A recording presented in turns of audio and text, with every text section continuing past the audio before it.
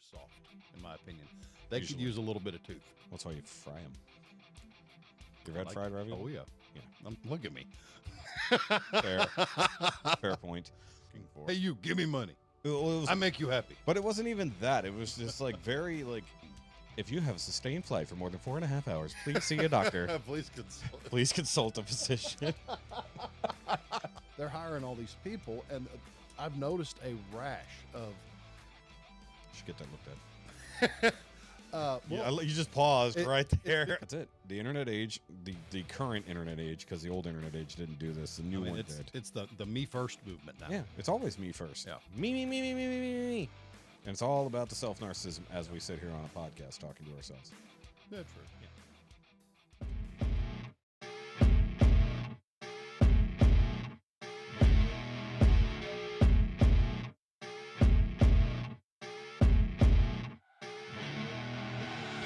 I see her rolling up, Uber black Cadillac, high heel boots, and a sexy body full of tats. Like I said, I'm running 24 frames per second. We're gonna make it look a little bit more cinematic. Cinematic. I love synonym rolls.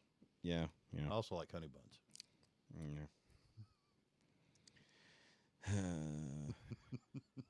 So I got an interesting message Saturday on the actual Naimia account. Okay, so they weren't contacting you about your car's extended warranty.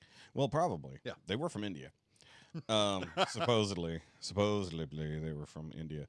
And it was, there wasn't like a hello, there wasn't anything like that. It was, is your show on Apple Podcasts, Spotify, or YouTube? Mm-hmm.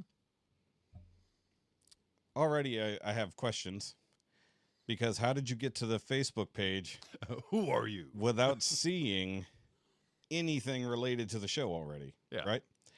So I wanted to reply with a snarky thing, be like, you know that message button you hit? It was probably directly above the latest video on YouTube. I didn't say anything at first because I was working. So then I replied, yes, it's on all of the things. And they replied, okay, well, send me the link for all the things. And I'm like, is this person short bussing me right now? What's going on? So I look into the account, and it's not a American name. And I look at it and it said went to whatever college and lives in somewhere in India, or lived in somewhere in India, but works for Apple Podcasts. I'm like, So this person supposedly works for a podcast business. Yes. And can't figure out how to locate the links to my podcasts. Yeah, let him figure it out. So I just immediately went, this seems kind of spammy or weird, because I get so many messages on my Instagram of, hey, pay me however much money, I will give you however many followers. And it felt very same, but actually sort of having a conversation. Although it was a very, what's the word I'm looking for? I think brusque is the word I'm looking for. Hey, you, give me money. I make you happy. But it wasn't even that. It was just like very like, it wasn't like a nice, like, hey, how you doing? This is my name. I work for these people. None of that shit. It was just, where's your podcast? Send me the links. And I'm just like, nope. I'm just like, spam. Is I put them in the spam folder because it's like, because the other option is it could be a scam that like wants it to, it's somehow going to hack the shit. But I'm like, if you work for Apple Podcasts, all you need to do, and your end of the deal is go into your fucking own search bar and you find it. It's like, why are you contacting me to fucking find out my links? Also, the YouTube link is directly in the About section of the fucking Facebook. Mm-hmm. Not to mention, you scrolled past a video to fucking ask me if I have videos. I think that's just mass spam crap they do on everything. But I've never had one that had actual interactions and was replying like in the moment. I mean, it could have been for sure, but I didn't trust it regardless. So scammer. So, you know, if you are that person out there and you're somehow seeing or hearing this, I mean, I don't know how you found it in the first place because clearly you're too stupid to have found it to contact me in the first place. But either way, I let that one go because I usually get these other ones because it's usually about boosting the Instagram follows. Yeah. Is usually what it is. But this one was about that. And I'm like, if you work for Apple Podcasts, how the fuck can you not find the thing? It's shared on Apple. I know it is. Of course. I pay for it to be. So I would hope that it does. But that would also maybe be why our fucking numbers are in the tank for. So like literally episode 108 had 2 downloads. Really? 2. One of them was probably me. Yeah, 2 downloads in 2 weeks. That's it. So I don't know what's going on the actual podcast app. If I've mentioned this before, so I'm not sure what's happening there. I did feel like YouTube may have been censoring it a little bit. Really? Because it only had 3 views in the first 12 hours on YouTube. That's very unlikely. What would help us if our listeners would comment, like, and subscribe. This is also true. Although we did get a comment back because I posted it on Discord, and I did actually get a reply to what would someone's superpowers be so that we can determine what the offset would be. There you go. There you go. Okay, so this is from Inyol. So shout out to Inyol, is also a creator on YouTube. So I'm sorry. It was the answer to both questions from 108. The last meal, last phone call, last movie, and the superpowers. So we'll do the other part first. So final meal would be tomahawk steak with country bacon mac and cheese. Yeah. Sounds pretty good. Didn't add a drink on there, though. We did leave that off our We did. Our menus. Well, last meal, whiskey, ubiquitous. Nah, I'd go with beer. Really? I'd pick something really hard for them to find. I'd be like, I want Sam Adams Utopias from 2005. Yeah, I want the elephant. Find it. Elephant beer from Germany, No. like 15%. Have you ever heard of Utopias? No. So it's technically it is a beer, but they definitely distilled it. Yep. So it's like 23% alcohol, and it drinks like a brandy. Okay. But it's yummy. Is that like those Sam Adams bottles they were doing? It's a big, ridiculous. Yeah. It's like a copper still. Yeah. Yeah. Shit was like $300. Yeah, those I've heard those are insane, like 28%. Yeah, 23 to 28, 29%, depending. Okay, either way. His last movie would be The Naked Gun. I don't know if I'd go for the first one. I might go 33 and a third is funny. I like 2.5. Yeah. 2.5 was really fucking They were good. all stupid. I should not have been watching those movies at the age I was watching them. Because They are pretty adult when you really dig into it. It's like there's some pretty adult Oh, hell yeah. humor. You go back and see it, man. There's so many stupid jokes you miss. Which one was it where they were in full body condoms? 33 and a third. Okay, so I thought. No. Where they were gonna have safe sex, but then she ends up pregnant anyways, wearing a full body condom. They're looking like it's COVID times. It's been a long time. In since I've seen 1987, it's somehow COVID times. I know it wasn't 87; it was like 93. But either way, all right. And then he said his last call would be his wife with his girlfriend on the line with her. It's pretty fucked up. Like he's having a 3-way call at the end of his life. It's like, baby, this is my other baby. That's a twofer. Yeah, it's like, baby, this is my other baby. She's gonna have my baby. I'm dying. Y'all figure it out. Yeah. Bye. Bye. Okay, bye. Yeah, there you go. Okay, bye. Oh, that would be another. Well, I'll save that. Hold on. All right, I'll save that question. All right, and then his power would be flight. Flight. Now, I don't want to directly steal from unsub, so we got to come up with another offset for flight. He can only fly when he's tumescent. See, I don't know if that's. Maybe he can only fly while holding his hard dick.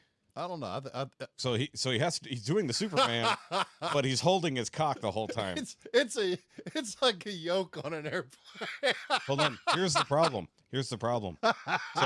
So I will go with he has to hold his hard cock to fly. Push down, dive, pull up. Like it's a stick. Okay, that's funnier. But hold on. The flight is involuntary to the touching of the cock. It's his joystick. Hold on. Maybe. But hold on, listen. if he's touching his hard cock, Yeah. he flies. Not he flies because not. So if he's just trying to take a piss and he's got a half hard on, he's like, no, starts floating away. So it's just like, so touching his dick is his gravity control. It's just like, ah! pull up. Like, honey, can you come hold it for me while I pee? It's a mess in here. Yeah. But I also love the idea, like, because it's just an on and off switch. You see a permanent yellow streak Up right the walls. No, he just has a urinal mounted 10 feet in a fucking wall. He's just flying. No, actually, just piss in a shower at that point, right? There you go. Yeah, just only piss in a shower. Head on the ceiling. Yeah. But hold on, let's be fair. It has to be hard. What, the ceiling? No, No. his dick has to be hard. So if he's half hard, he's only floating. So it's only like maybe a 3-4 foot. Mm-hmm. So if he's fully hard and he's holding it, so that means that he can't fly unless he has a hard on. And he So can't, if there's an emergency, he literally has to pump it up. Yep. Gosh. Yeah, it's like damn it, I was trying to think of her name. Last Sweeney, something Sweeney. Why can't I think of it? She got blonde and big tits. Can't remember. Either way. So yeah, just try to think of something real quick. And then as soon as he lets go, he starts falling. It's like you have to hold on, and then you're using it as a joystick, so up, down, sideways, so it doesn't matter. Barrel roll. Yeah, barrel roll. He just turns into a big fucking drill. I like it. That's So there, good. there That's you go. good. There you go. And your power of flight is now hindered by your own erection, or helped. Have fun with yourself. Yeah. Yeah. Now, see, the thing is, it gets really awkward. So which would be That more? when you talk about it with your mom? No, which way would be more awkward? That he has his dick out and he's flying in public, or his hands in his pants and he's fucking? It's got to be a hole in the pocket. No, he's just going through the top. He's like, it's an emergency. How come you never wear jeans? There's reasons. Gym There's shorts reasons. every day. Gym shorts every day. Dude, fucking junior high must have been The super real Captain awkward. Sweatpants. Captain Sweatpants. Oh my god! And he's like, because he needs to be an effective superhero. He's just always popping Viagra. Yep. His fucking blood pressure's like always low. He can't think straight because he's always got an erection, whether he wants it or not. He's just like, I need one of those fucking South American spiders to bite me. I gotta fly. Right. And he's like, I could fly for hours. If you have a sustained flight for more than 4.5 hours, please see a doctor. Please consult. Please consult a physician.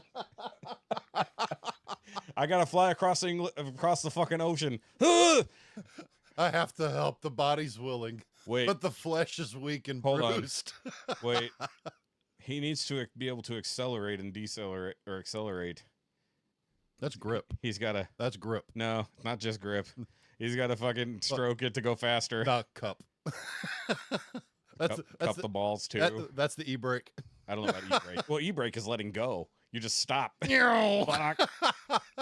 Because it's just basically anti-grav. At that point, it's just my anti-grav Oh, that's stick. funny. Or, oh no. It's like a Harry Potter broom. Yep. It fucking goes. Like, I just think of it like whenever Snape or whoever was fucking with him in that one match, and he's just like, and just going all over the fucking. That's just him trying to fucking control it, figure out how to fly his fucking dick. Well, what would happen if you started to get intimate with a lady friend or a? It's only when he touches it. Okay. She can touch it. Okay. Yeah, that's why he has to summon his wife to fucking pee for him.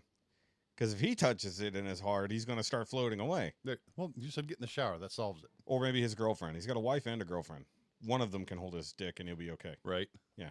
But I mean, still, if you're flying in your shower, it's like, eh. But I mean, like, so if he needs to wash his dick and it's hard, he's like, just like really quickly, just sort of touching it. You're here in the bathroom. No, he's just like, you're making a noise. Stop it. He's just spraying his dick. I was like, I can't touch it. No touchy. No No touchy. touchy. That's funny. Foam cannon. Yep. Exactly. Yeah, that's pretty good. I like that. I like this new flight power we have here. It's on our offenders team. Call Captain Sweatpants quick. Captain Gray Sweatpants. Man. It's always got to be the gray sweatpants. And with that, guys, welcome back to Now You Made It Awkward podcast, episode 110. Hell yeah. 110. I don't know how the fuck we made it this far. Shoot, I've been there since what, 84 or something like that? Yeah, I don't remember. I was Hell looking yeah. the other day. Either way. So, of course, I am Shoky. You can follow me at all the Shoky related links down below, whether that's Shoky Reviews or the It Doesn't Have to Make Sense channel. You can do that. Plus, also, subscribe to this channel. That's always fun. Please help. Yeah, subscribe here and or on Rumble, because if you're watching this on Rumble, hit that whatever follow button and hit that little thing with a thumbs up, because that'd be great if people would actually hit like. Yeah, it looks like that. It do look like that. You go click and Exactly. Yeah, it's great. That's exactly how that works. And of course, with me as usual is El Jefe Grumpy. hey, what's up? Today, not grumpy, great mood. It's gonna be a fun day. Maybe. I'll see if I can ruin it. Don't you dare. I told Don't you put that magic on me, Ricky Bobby. I told you I was going to make you mad this week. So I got to make you mad this week. Don't do that. Okay. Fine. I guess. If that's what I have to do. I'm smiley for once. True. That is true. Yeah. Also, guys, make sure you go ahead and check out the Shoky Reviews Patreon, where you get the full uncut video version of this podcast. Occasionally, I do have to remove things. I had to remove one small thing from last episode for personal reasons for another person. I just wanted to read their last name for safety's sake. That's all it was. No big deal. But if you're watching that over on the Patreon every Monday, you can do that. Which, by the way, guys, I would never mention it, but the show comes out uncut version on Monday, actual version on Friday. Mornings, usually. If you're listening on Friday mornings, let me know. Or better yet, tell me in the comments when you actually listen to the show, because that'd be really useful, because if a lot more people listen around like 2 o'clock in the afternoon, I would release it at 2 o'clock in the afternoon. Right. I just actually listen, or I release it for when it's convenient for me to listen to it. There you go. So if I'm at work, which is every day in the mornings, it's like I want to listen to the show, and if I do a live premiere, I want to be able to be in the chat, which I do sometimes. But guys, also, if you want to write into the show, comments, whatever, corrections, tell us we're idiots, you can do so at NowYouMadeItAwkwardMail@gmail.com. I know that's a real email because I've used it before. No one else seems to be able to do that. Nope, not even me. Not even you. No. However, we do have another way to contact Hit us. us up on Facebook. Send us a message. Send us a video message. Send us a voice message. Tell us what you think. We're happy to interact with you. Or at least he will. I've not yet confirmed if video message is possible. Well, give it a shot. See what happens. Yeah. Also, tell us your superpower so that we can also come up with the silly things. If you want to be on the offenders, we need to get Will in here. Yes. Yeah. I haven't talked to him in a little bit. Really? Yeah. Well, we haven't been at trivia. We haven't been. I've been nonstop work. Yeah, you have been nonstop work. It's going to continue through this week. And I keep hitting the wrong button. You do? Yes. I talk, I click on you, and you talk, I click on me. We're doing real good. We're the shitty ventriloquist. Yes. So. I'll just sit here with my mouth open. So I got to get to okay. why I'm in such a good mood. Okay. I guess you can do that. I am, damn it. I was going to play Shaun's message, but you go ahead and talk about your... Then I'm going to stop. No, you already started. Oh, fine. Fine. In Southeast Texas, it's finally getting below 70 degrees. It's finally getting comfortable. Much like Shoky, I work outside every single day. That's where my job is. That's where it happens. And the past 2 or 3 days have been absolutely beautiful. I don't think I've sat in my vehicle at all. I have a lawn chair set up, dog bed next to me, hang out, relaxing. Last night, had my stepson up to work. We cooked a meal on a camp stove. Had a Cookie Troll? Say again? Cookie Troll? Yes, Cookie Troll. Okay, just making sure. Yes, Cookie Troll joined me, and we did a brown sugar pineapple jalapeno pork chops with fried rice. Interesting. On a camp stove, and it was absolutely wonderful. Nice. Oh yeah, we destroyed it. So on top of that, my good old dog Bandit, my number one, my primary, he is feeling better with the weather dropping. He was actually running around, goofing off, acting like a puppy. So I said, screw it, let's pull you out of retirement. Let's go to work for a night. This dog's been all over the property, climbing on my lap, in and out of the vehicle. I mean, just loving life. So last night was good. It makes me worried. Why is that? Because old dogs usually gets a lot of life in them right before the end. Well, is what it is, man. Yeah. Well, it's like, it's not that. Hope he's still good when you go home his later. Legs feeling better. He's on all four. He was actually running a little bit. Yeah. So he's showing marked improvement. He's going to the Legion tonight for the first time to work, and I know he's going to do great. He's rock solid, 100%. Fuck me. Right. Okay, so the cold weather is great, except for my sinuses, which reacted immediately Saturday morning. Really? Yeah, me. I've when been I- inhaling what's that? Astapro, that Cocaine? nasal spray. Basically, Yeah. I've been inhaling that nonstop. But hey, I can breathe. I'm happy. Weather's cool. I'm gonna stick it out. Yeah, I think it was 65 this morning. I hope that temperature keeps dropping. I'd like. It will with the hurricane coming. Oh, I'm excited. Bring it on. Fuck off. You know me. You know me in screwed It's up not- weather. we're I not- get excited. It's not really gonna do anything. It's gonna go to Louisiana. Well, it's to the east of us. That's on the dry side, so we're not going to get much off of it. We're going to get some. We're gonna rain. get some wind, some rain, but not like barrel, which is like everybody's concern right now. But I mean, like it's not even gonna. I think it'll have a name by the end of today, and it'll be a tropical storm when it hits. Yeah. And that's it. You know, this one like just is stirred up like right north of the Yucatan, and it's like oh great, they're being born in the Gulf now. right. It's like it's not coming all the Well, way from dude, fucking Africa. That's how weather works. You got that hot air and the cold air hits it, and stuff happens. Maybe.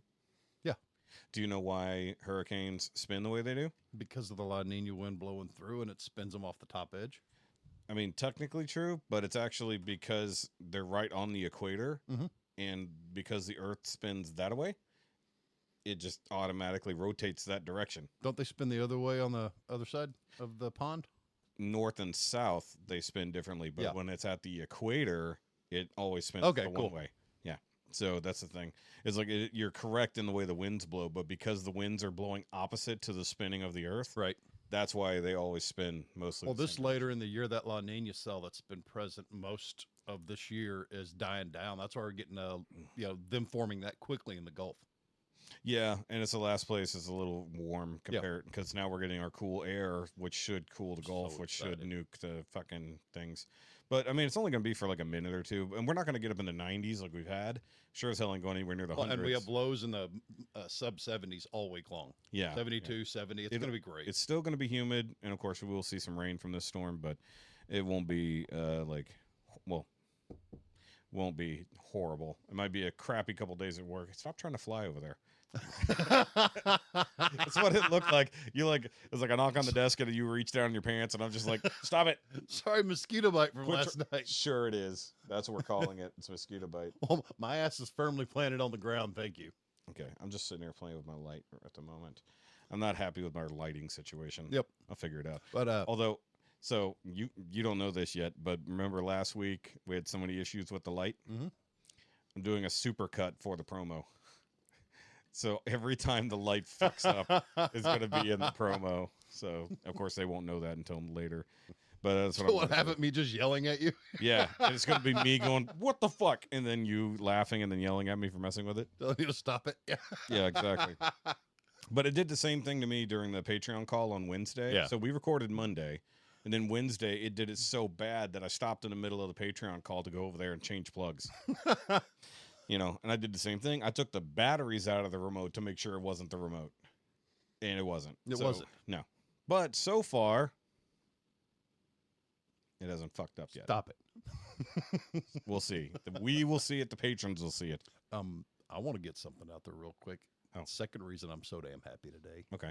My van's back. Oh. The van's back in service, complete. I'm talking front to back, inside the firewall, every AC replacement entirely. Whole thing was trash. Compressor disintegrated. Uh-huh. Sent metal down every single orifice, tube, expansion valve, everything. So nothing was working. Gotcha. I think I'm $1,600 in Okay. for a whole new AC system. But Just in time for it to be cold. now I get to work on the van over the winter. Uh-huh. Getting about 200 amp hours of battery on board, looking for a AC split, heat and AC for the roof. Okay. I'm setting it up for next summer. Hmm. The Suburban needs so much work right now. Door brackets just broke. Yeah. I need new front hubs and brakes. A whole bunch of crap is just going wrong with it. So it's time for that old girl to take a rest, have some winter repairs. Yeah. And I'm just glad to have my little economical little vehicle back. Yeah. Because I'm up to 30 miles a gallon instead of 10. Yeah. Okay, so let's go back to Shaun's message real Yes. quick. Oop, that's the wrong window. I found the right window, so I have no idea. So Shaun actually got some not so great news. I think it was this morning about his sister-in-law who's got the cancers. Oh dear. So Summer apparently looked at. She goes into the patient portal, like sits there and just keeps refreshing to see the things because the whole family is rightly obsessed with how the health is going. And most of her little tumors, for lack of a better term, had either shrunk or stopped entirely in everything below the neck. Mm-hmm. Unfortunately, the number of things in her brain doubled. Oh no. Yeah, some of them are super tiny. The rest of them are still there. Mm-hmm. So they want her to go down there and basically take a whole bunch of radiation to the head, which there's no going back after said treatment. Mm-mm. It does damage no matter what you do. So, unfortunately, that's what they got to do. And, I'll talk more about it here in a minute. Damn it, I forgot the thing I was going to bring up. I had a thing earlier, and I said I was going to come back to it, and I forgot what it was. Oh. Yeah, Mr. Love's message. Oh, yeah. So, no, there's another thing that I said I'll remember that, and I'll come back to it, and I forgot. But, yes, we'll go back to Shaun's thing. So I have no idea what he's calling in here for, so let's see. Which, once again, guys, go check out the Facebook, and you can send leave us a voice message. like Yell Shaun. at us. Also, I have no idea what the volume will be at, so let's see. It's usually too loud. Question for the pod. There you go. Hey, you know how music can take you back to an era of your life? Like you hear a certain song and it makes you think of like this era of your life, high school, right out of high school, or you worked a certain job, or when you were into certain shit. Yep. Smells do the same thing for me. Well, yeah. Mm-hmm. You know what I mean? Like I can smell something and it makes me think of a cold winter day and coming home in the house and mom's cooking and it's warm inside and there's food almost ready to eat and dad's been busting our ass all day. Yep. Smells do the same thing. Are there any smells that take you back to an era or a certain time? So right off the bat, olfactory recall, man. yeah. So I will say before we answer the question, what's up, Fat Cam? Fat There's Cam. Fat Cam, literally showing how fat I am because oh my god. Okay. All right. So what? And the funny thing is, I remember this from a commercial years ago. And it literally says smell is the thing that's most connected to memory or a sense memory of some sort. Okay, I've got one right off the bat. The first thing that came to mind, I know he mentioned like home and food and whatever like that. The first one for me is gear oil. Anytime I smell any type of gear oil or diff oil, it takes me back to the time when I was working at Walmart. Mm-hmm. And this guy brought in his brand new like F350 4x4 and wanted the fucking diff checked. I was like, dude, this thing has 8,000 miles on it. Why the fuck do you want me to check this? So he's like, just do it. And I'm like, okay. So I open up the check hole on the back, because for anybody who doesn't know, they usually have two, one up top, one at bottom. And I open the top one, and it just rains fucking gear oil on my head. Whoa. It was completely full instead of... Why did they stuff it so full of... I don't know. I have no idea. How'd they get it that full? They just kept pushing it, I guess. Maybe they filled it tilted. Oh, good grief. I have no clue. It's from the factory. But all I know is I was covered... That's not factory spec. No, I was covered head to toe in fucking diff oil.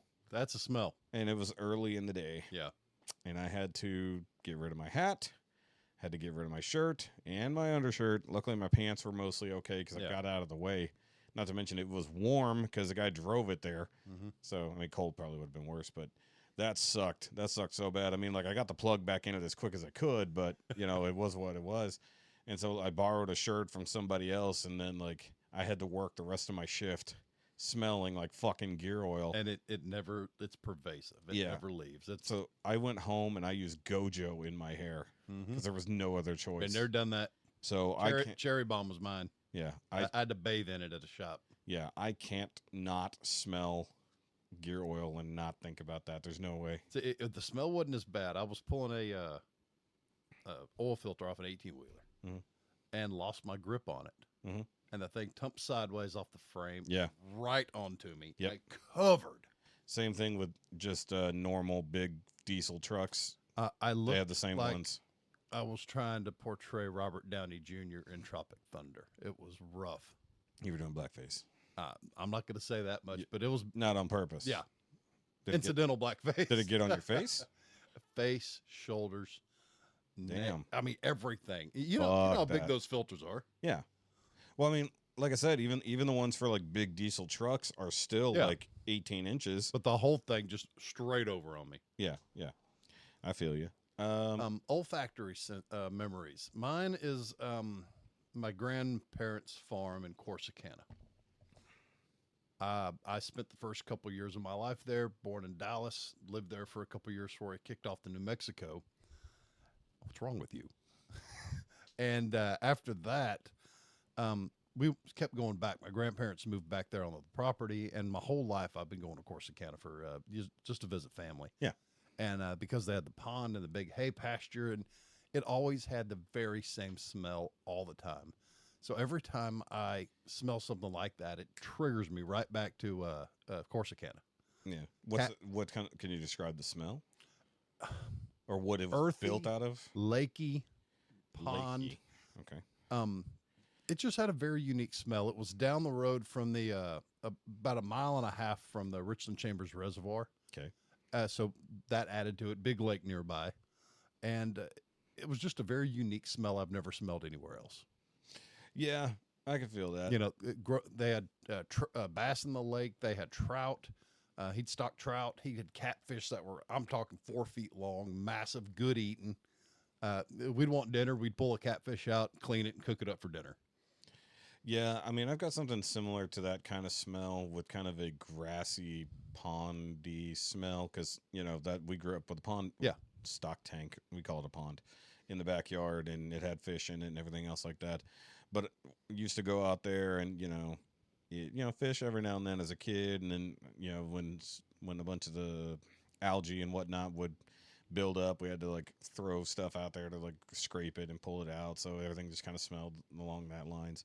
But I remember like anytime I there's a smell when you just pull a fish out of the water. Mhm. That smell always gets me. It's almost like a weird like petrichor smell. Yeah. It's a weird water. Well, water in itself always has a weird smell. That'd be ichthyosaur. I have no idea. Well, it smells more like water than like fish. Yeah. But I'm trying to think. Anytime I get around like cornmeal, Mm-hmm. it reminds me of working Or- at Papa John's. When I make my grandmother's barbecue sauce recipe, Uh-huh. it's a childhood memory that's just, it takes me back. It took me near 25 years to get that recipe from my mother. Yeah. She hoarded it. Damn. I finally had to go around her back to my aunt, my late aunt, who was kind enough to let me take pictures of everything in her cookbook. You know what's funny is I don't think we have any like very specific like family recipes. Like for the most part, like even the Ukrainian stuff is like, okay, just make fucking pierogies, but you can one way or the other either just leave the potatoes chunkier or there's no like because all of the sisters make them a different way. Yeah. My mom hasn't made them in a really long time, but between my two aunts that make them on the reg for us, one does make them better than the other, but doesn't make them very often. But the other one usually makes them for like family holidays, like Thanksgiving, Christmas, Right. and brings in the trays of them. And then my one cousin is a fucking dickhead and takes like half the tray and fucking loads it up in Tupperware and fucking hauls it off before anybody else can get that shit. Because it used to be like, it was a rarity because it's hard to fucking make pierogies from scratch. Yeah. It's a lot of fucking work. And then if you don't make that many or you make them really big, because that happens sometimes. Well, it's the Ukrainian version of tamales. Just a No, they're not tamales. Well, they're, it's the amount of labor. It's the family gathering. It's a social thing Yeah. to make them. they're they're not so much tamales as they are But still, ravioli. it's the same. It's a similar process. Then you're working together as a family, and it's more of a social thing. Sometimes. Yeah. It used to be. We did that one time with like all the cousins. Well, several of the cousins. Because they're hard to make. They take a while. If you assembly line it and get everybody working, you're done real quick. Well, if you've got somebody making all the dough, then you spread it out, and then somebody cuts all the shit. Because the problem is you do most of the work in a single spot. Yeah. So unless somebody's making the potatoes or whatever else you're putting inside it, and then loading it up, that's the only way you're going to assembly line it, really. So basically, the dough is the hardest part because a lot of people screw that up. Like it's pretty easy. It's pretty simple pasta dough, but it's real easy to overwork it and screw it up, or make it too thick, too thin, whatever. I actually don't mind it being a little thicker because I like some toothiness. Yeah, I'm with you. To it. Because a lot of the Because in my store-bought opinion, ones like don't. raviolis are too soft. In my opinion, they could Usually. use a little bit of tooth. That's why you fry them. You ever had Like- fried ravioli? Oh yeah, Yeah. Look at me. Fair. Fair point. So actually yesterday, because I sent you, Guga Foods, you know, I sent you a couple of his videos. He did 100 years of pasta Oh, nice. thing. So he did a pasta dish every decade. Mhm.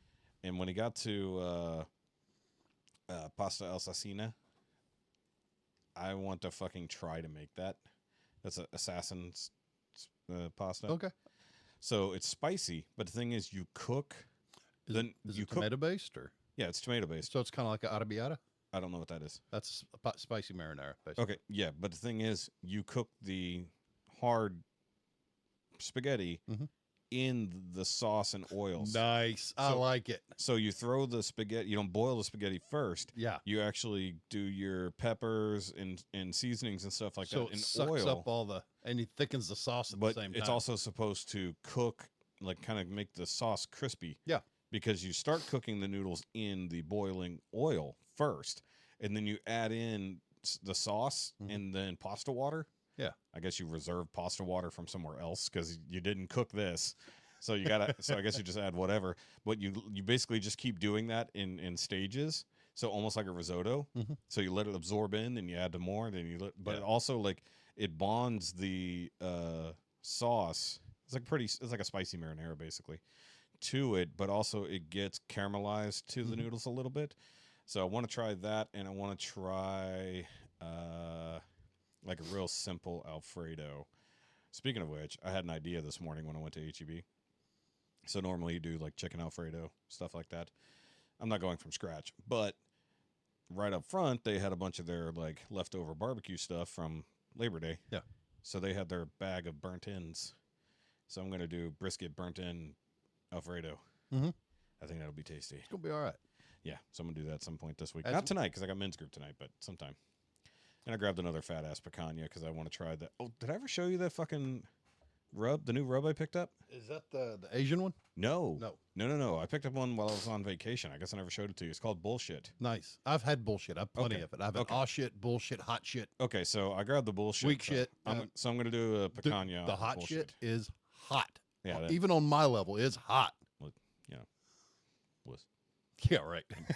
I don't know. So I'm going to do another The picanha. smoke comes out your ears. So probably this weekend I'll do the bullshit picanha. See if Nice. it comes out good. Oh, excuse me. I might- you were mentioning family recipes. Yeah. That's what I'm working on now. My own recipes between me and the wife.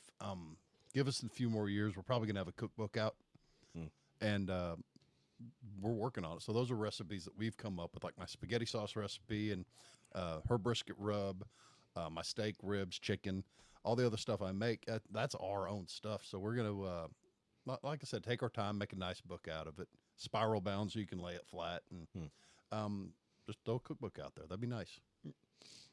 Yeah, you could also do a digital version for those of us who don't want a physical book. True, maybe. Save the binding costs. Because that's usually what costs the most is getting shit bound. Yeah. Because my mom did a book. There's only 14 copies, I think. Because it was one for every sibling. And then I think a couple went to a couple cousins. I could be wrong. But it was the memoirs of my grandma and grandpa. That's cool. So, Well, speaking of book, guess who's still ferociously writing? Mrs. Hefe. oh, Yeah, I was like, if somebody she's- else, I'm like, who are you talking about? She's closing in on like 50,000 words in I think 2 weeks, 3 weeks. Yeah, She's just nonstop go. It's been so quiet at the farm. yeah, dude. I don't talk about it much, but like, well, because I'm usually don't talk about the stuff I come up with in my own head. But like, I've written so many fucking stories, like just because I'm almost always alone. Like I was a lonely kid, you know. It's like I had my friends, but I grew up by myself. You have So friend day. I grew up writing my own stories in my head, acting them out, whatever, you know, just because it's just me. You know, normally when you're a little kid, you go out in the yard and you play with your friends. You come up with, hey, I'm this character, whatever. And you know, we did that, yes, but like, it never really stopped in my head because I'm a creative person and I watch all kinds of different shows and cartoons and movies and whatever. So like, and I've talked about it briefly before. There was one time, well, I mean, I did it multiple times, but like, you know, the Legend of Zelda video games. I'm You're playing very- Breath you're of the very Wild familiar. right now. Yeah. So during the Ocarina of Time and Majora's Mask era, Yeah. I came up with a third game in that set. Yeah, we were what, junior high? Give or take, yeah. Yeah. So I actually, in my head, Yeah, you were high school. I wrote out, yeah. So when I say wrote, I created an entire third game in that series. I writ. Yeah. But I mean, like, character designs, the whole script, Nice. the gameplay, all of that. And on a very long road trip from one end of Houston to the other, actually, I think it was from Galveston back to Pasadena. I was with my friend Ben. No, I was up to the Woodlands. So, Well, it's you know, Houston. Houston's an hour and a half away from yeah, but this Houston, was no matter where you're this going. was early 2000, so it wasn't quite as bad. But also 290 didn't exist. So either way, I told him 59 would break your car. Yeah, basically. So Dude, it was so bad at one point. Somebody passed Amy and I right when we started dating. Mhm. We were on 59 in my little 99 Isuzu, or 2000 Isuzu Trooper. Yeah. Love that truck. But dude passed us. His front shocks were so blown. He was bouncing so hard on 59. yeah, He old was 59. getting about 3 inches of air underneath his tires. Yeah, old 59 was really bad. So we followed him, laughing hysterically the entire way. Yeah. But Till we it's- got to like the 5th ward, and then we kept going. yeah, since for whatever reason we had an enormous long road trip for wherever the fuck we were coming from. I think it was like 3.5 hours or something like that. I literally laid the entire fucking thing out for him while we were driving. And so he's like, when we were done, he's like, huh. I was like, yeah, exactly. So it was just like, but this was, like I said, this is way back then. But, you know, I don't do it as much as I used to, but like I still have these kind of creative outlets. Put that stuff down, get it out in the ether. It'd be so fucking, but like I even wrote a book for myself, like a kind of an autobiography, but like semi-fictional. No, so not a self-help by self? No. Okay. No, but I was going to do something different with it. And I was going to have certain, like, so it was going to be telling of stories from my life that are real, that the fictional version of me, that kind of led the fictional version of me to the main event of the book. Okay. So you'll start out in the aftermath of the event, and then it'll start spelling things out. Oh, you'll Tarantino that shit. Yeah, so Tarantino it. But what I wanted to do with it was include QR codes Okay. to filmed segments of the book. Okay, that'd be neat. So you would see certain things. So you don't get the entire story like a movie. You could also use QR codes to do like a write your own adventure book. Yeah, but I didn't want to do it that way. This is like literally, here's a scene of what I want you to imagine. But also that gives you the idea of here's the characters, imagine them from here on out. Right. For everything that happened. But I was going to talk about like a lot of actual events that happened to me that are fucking weird. Like, it's like, okay. And then like other things that definitely set certain parts of my life forward. Yeah.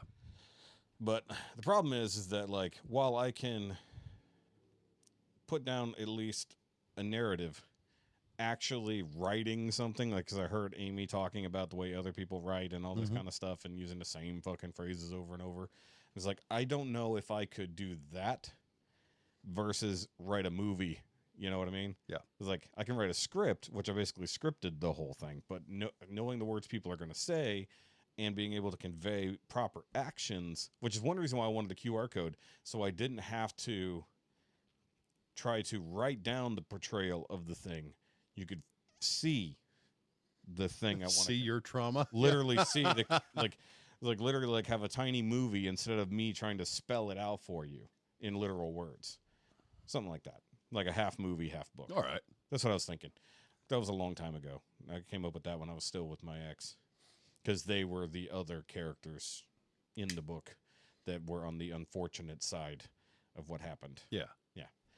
So yeah, in the opening line of it was supposed to be so like, what the fuck, like, Well, the opening line in the book The Martian by Anthony Weir. The first line in the book is, well, I'm fucked. And I died. First time I fired that up, I was listening to the audiobook. I was laughing my ass off. I've never heard a book start that way. yeah.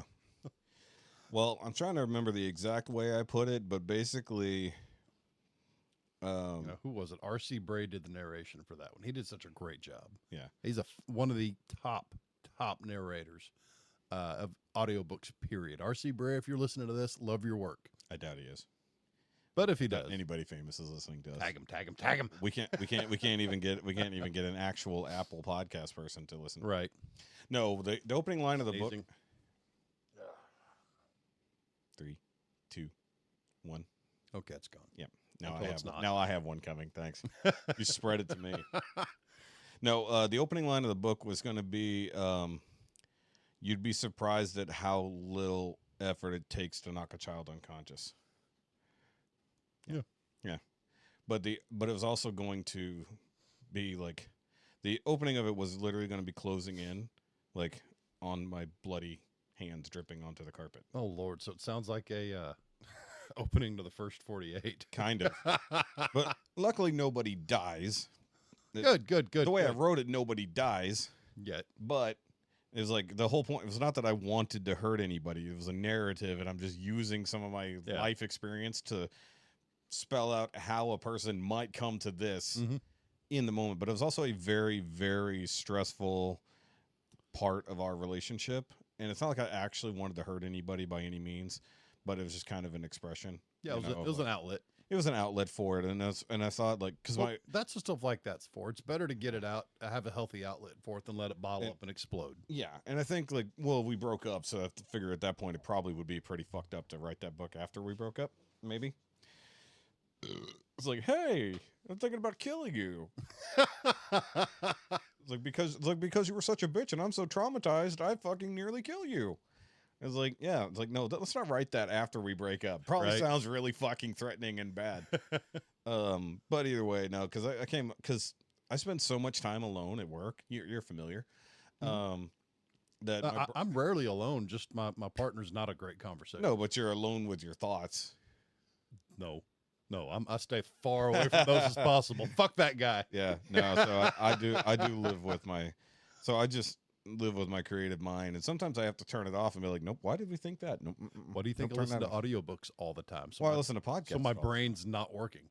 Yeah, but I listen to or watch podcasts all the time at work, which actually leads us to a discussion today.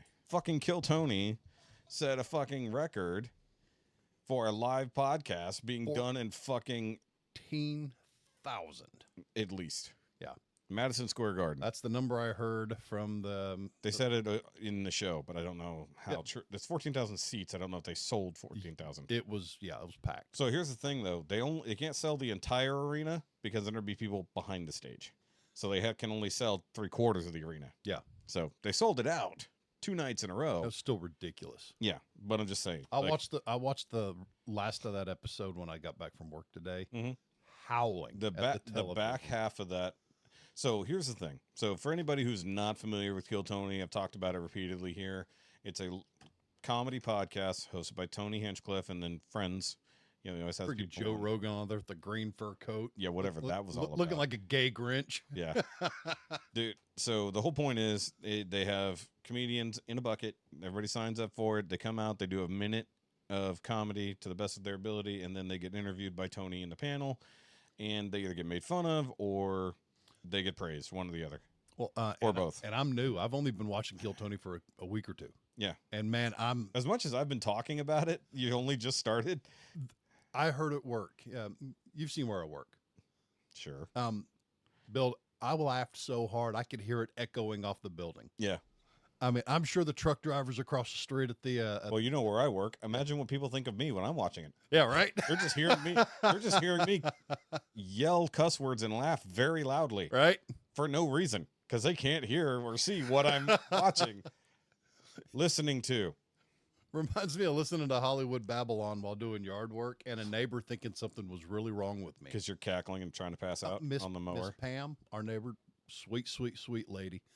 But she called my wife concerned because she said something's wrong with your husband. Why? She's like, I know. And alternately laughing hysterically and then sitting still. Yeah. This is a horrible side angle for me. I'm just going to turn off the fat cam. Horrible. They're all bad angles. Well, the other problem is I can't get the lighting. But yeah, the So here's the thing. So we'll wait for the end, because the end was probably the best part of the whole show. The ending was really great, but basically, so for the Madison Square Garden setup, they did something a little bit different than they've done before.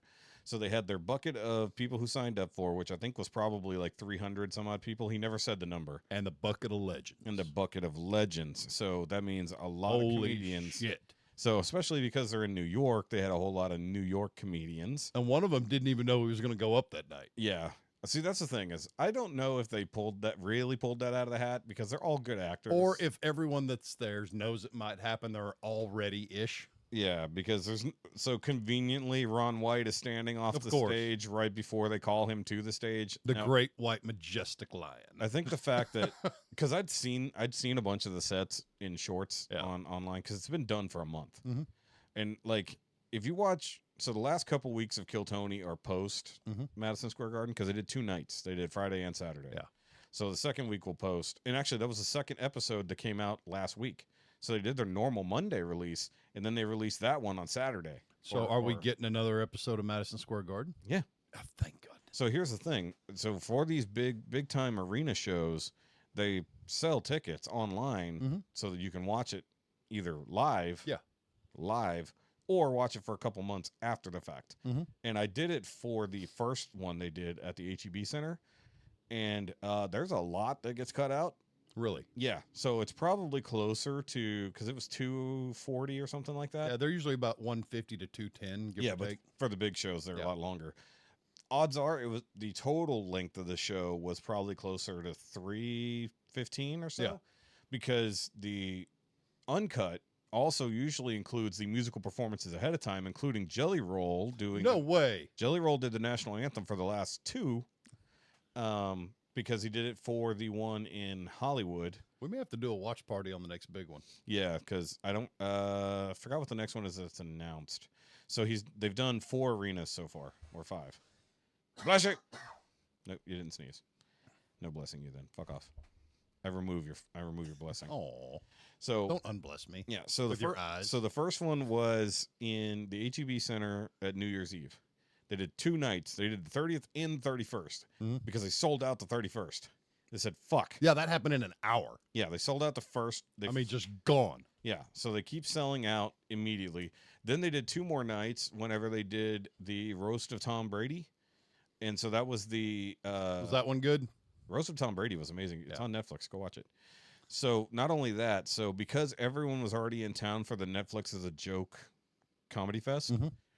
they did 2 Kill Tony episodes. One was in the same arena as the where the fucking whoever plays basketball, and then the other one was in the other arena in LA. So they did 2 different nights in 2 different places. Yeah. Those were also up for sale. So the thing is, you can watch these on YouTube 2 months after they fucking happen, and they're going to be massively edited because they're. I don't know if you noticed the lovely card ladies. Yes. There's times where they're wearing significantly less clothing when they come out, Oh, that's but they don't show that on YouTube for Yeah, obvious that's fun. reasons. Well, because what's her face is a fucking stripper. Yeah. Like that's what she is. She works or came from the Yellow Rose in Austin. yes. And they Send me those links.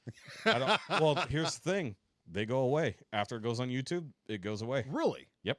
So you can only watch the uncut for so long. All right. So watch party. Yeah. So they're usually like $40 to $70. Shit, we'll split it. We'll see. Bring Will. We'll split it even further. Shit. Well, you can rewatch it after the fact. Yeah. But I reacted to the first one or the first 2 episodes for New Year's Eve on the Patreon. Mhm. So I have those full on reactions on the Patreon. All right. So those were really funny. But this one was great but the only thing that It started off shaky. it did. But here's They the thing. always do though. Well, not always.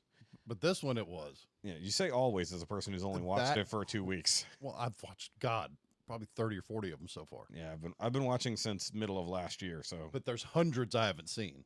yeah, nearly 1,000. Yep. Yeah. But that New York crowd, of course, it was aggressive. They were No, rough. You want to see bad? They Watch the one in LA. really. They booed everybody the first night. Oh wow. The entire fucking night. One was absolutely deserved. But Well, the other one, not so Boy, much. there were 2 that were absolutely deserved in that last episode. Yeah. Well, because the one guy was new and he just got signed up by his buddy and Yeah. had no idea how to do stand-up Well, comedy. 45 seconds. But there was one lady, it was for the first one on New Year's, and she was the opener. She was the first bucket pool. She had never done comedy. She didn't even get up there to do a comedy bit. She just went up there basically to like sell her nonsense, like her fucking self-help nonsense. And then she was like Tony fucking like reamed her up I and bet. down just for signing up for this shit. Is like, he's like literally like, do you have any idea what it took to put this show on? And then you take the place of an actual comedian. Mm-hmm. He's like, fuck you, get off my stage. Nice. It's like he was so pissed at that chick. And like she wasn't even trying to tell jokes or anything. She was just basically doing like some self-help fucking TED Talk nonsense. That's so stupid. Yeah, it's fucking stupid. I'd rather somebody who literally wants to do comedy, but it's their first time. Let them bomb. Yeah. Hell, the interviews are more entertaining than the bit half Yeah. the time. So here's the thing. He already said that the second one will be different. So he's going to do something different to this. He may not have the Legends bucket, but he already went through most of his regulars at the first night. Dude, Cam was killing it. Oh, Cam was stupid. He always kills it. No, hold on. That means you haven't seen Arimati before. Mm-mm. Okay, so I missed the episode where he first came on. Yeah. So I think it was the first one after LA as when he came on, and they hired him immediately. And then also he opened for Joe Rogan when Joe Rogan did his live special. Mhm. So he was the first opener, then followed by Tony, and then Ron White. Although those three handy-capable individuals he has on his regulars, Mhm. all of they kill. I was going to say, every which single- three? He's got like 5. They kill me. The dude with the stutter, the stocky dude with the stutter, Oh, okay. and the guy, Because the guy that can talk. he's got 2 guys with MS. Yeah. Severe, not MS. The skinny dude. Yeah. Well, he's got Martin Phillips and Aaron Belial, who both have the same disease, but one's significantly worse. Yeah. And And then the dude with the cell phone. that's Aaron Belial. Yeah, fuck, he's funny. Okay, so here's the funny thing. What's funny So- is watching them try to interview him. Yeah, because it takes a He's- while. Well, no, what you want to see is funny. Aaron Belial did First Date with Lauren. Hell, Belial did America's Got Talent Yeah, but you know why they did America's Got Talent? because of that. Because of Kill Tony. Yeah. He was discovered on Kill Tony, Mhm. even though he'd already signed up. But then they were so pissed that because he had technical problems. Oh, you haven't seen the episode yet. Nope. Howie Mandel came on fucking Kill Tony, and Aaron was there. Whoa. He called him out. Really? Called him out on the technological problems.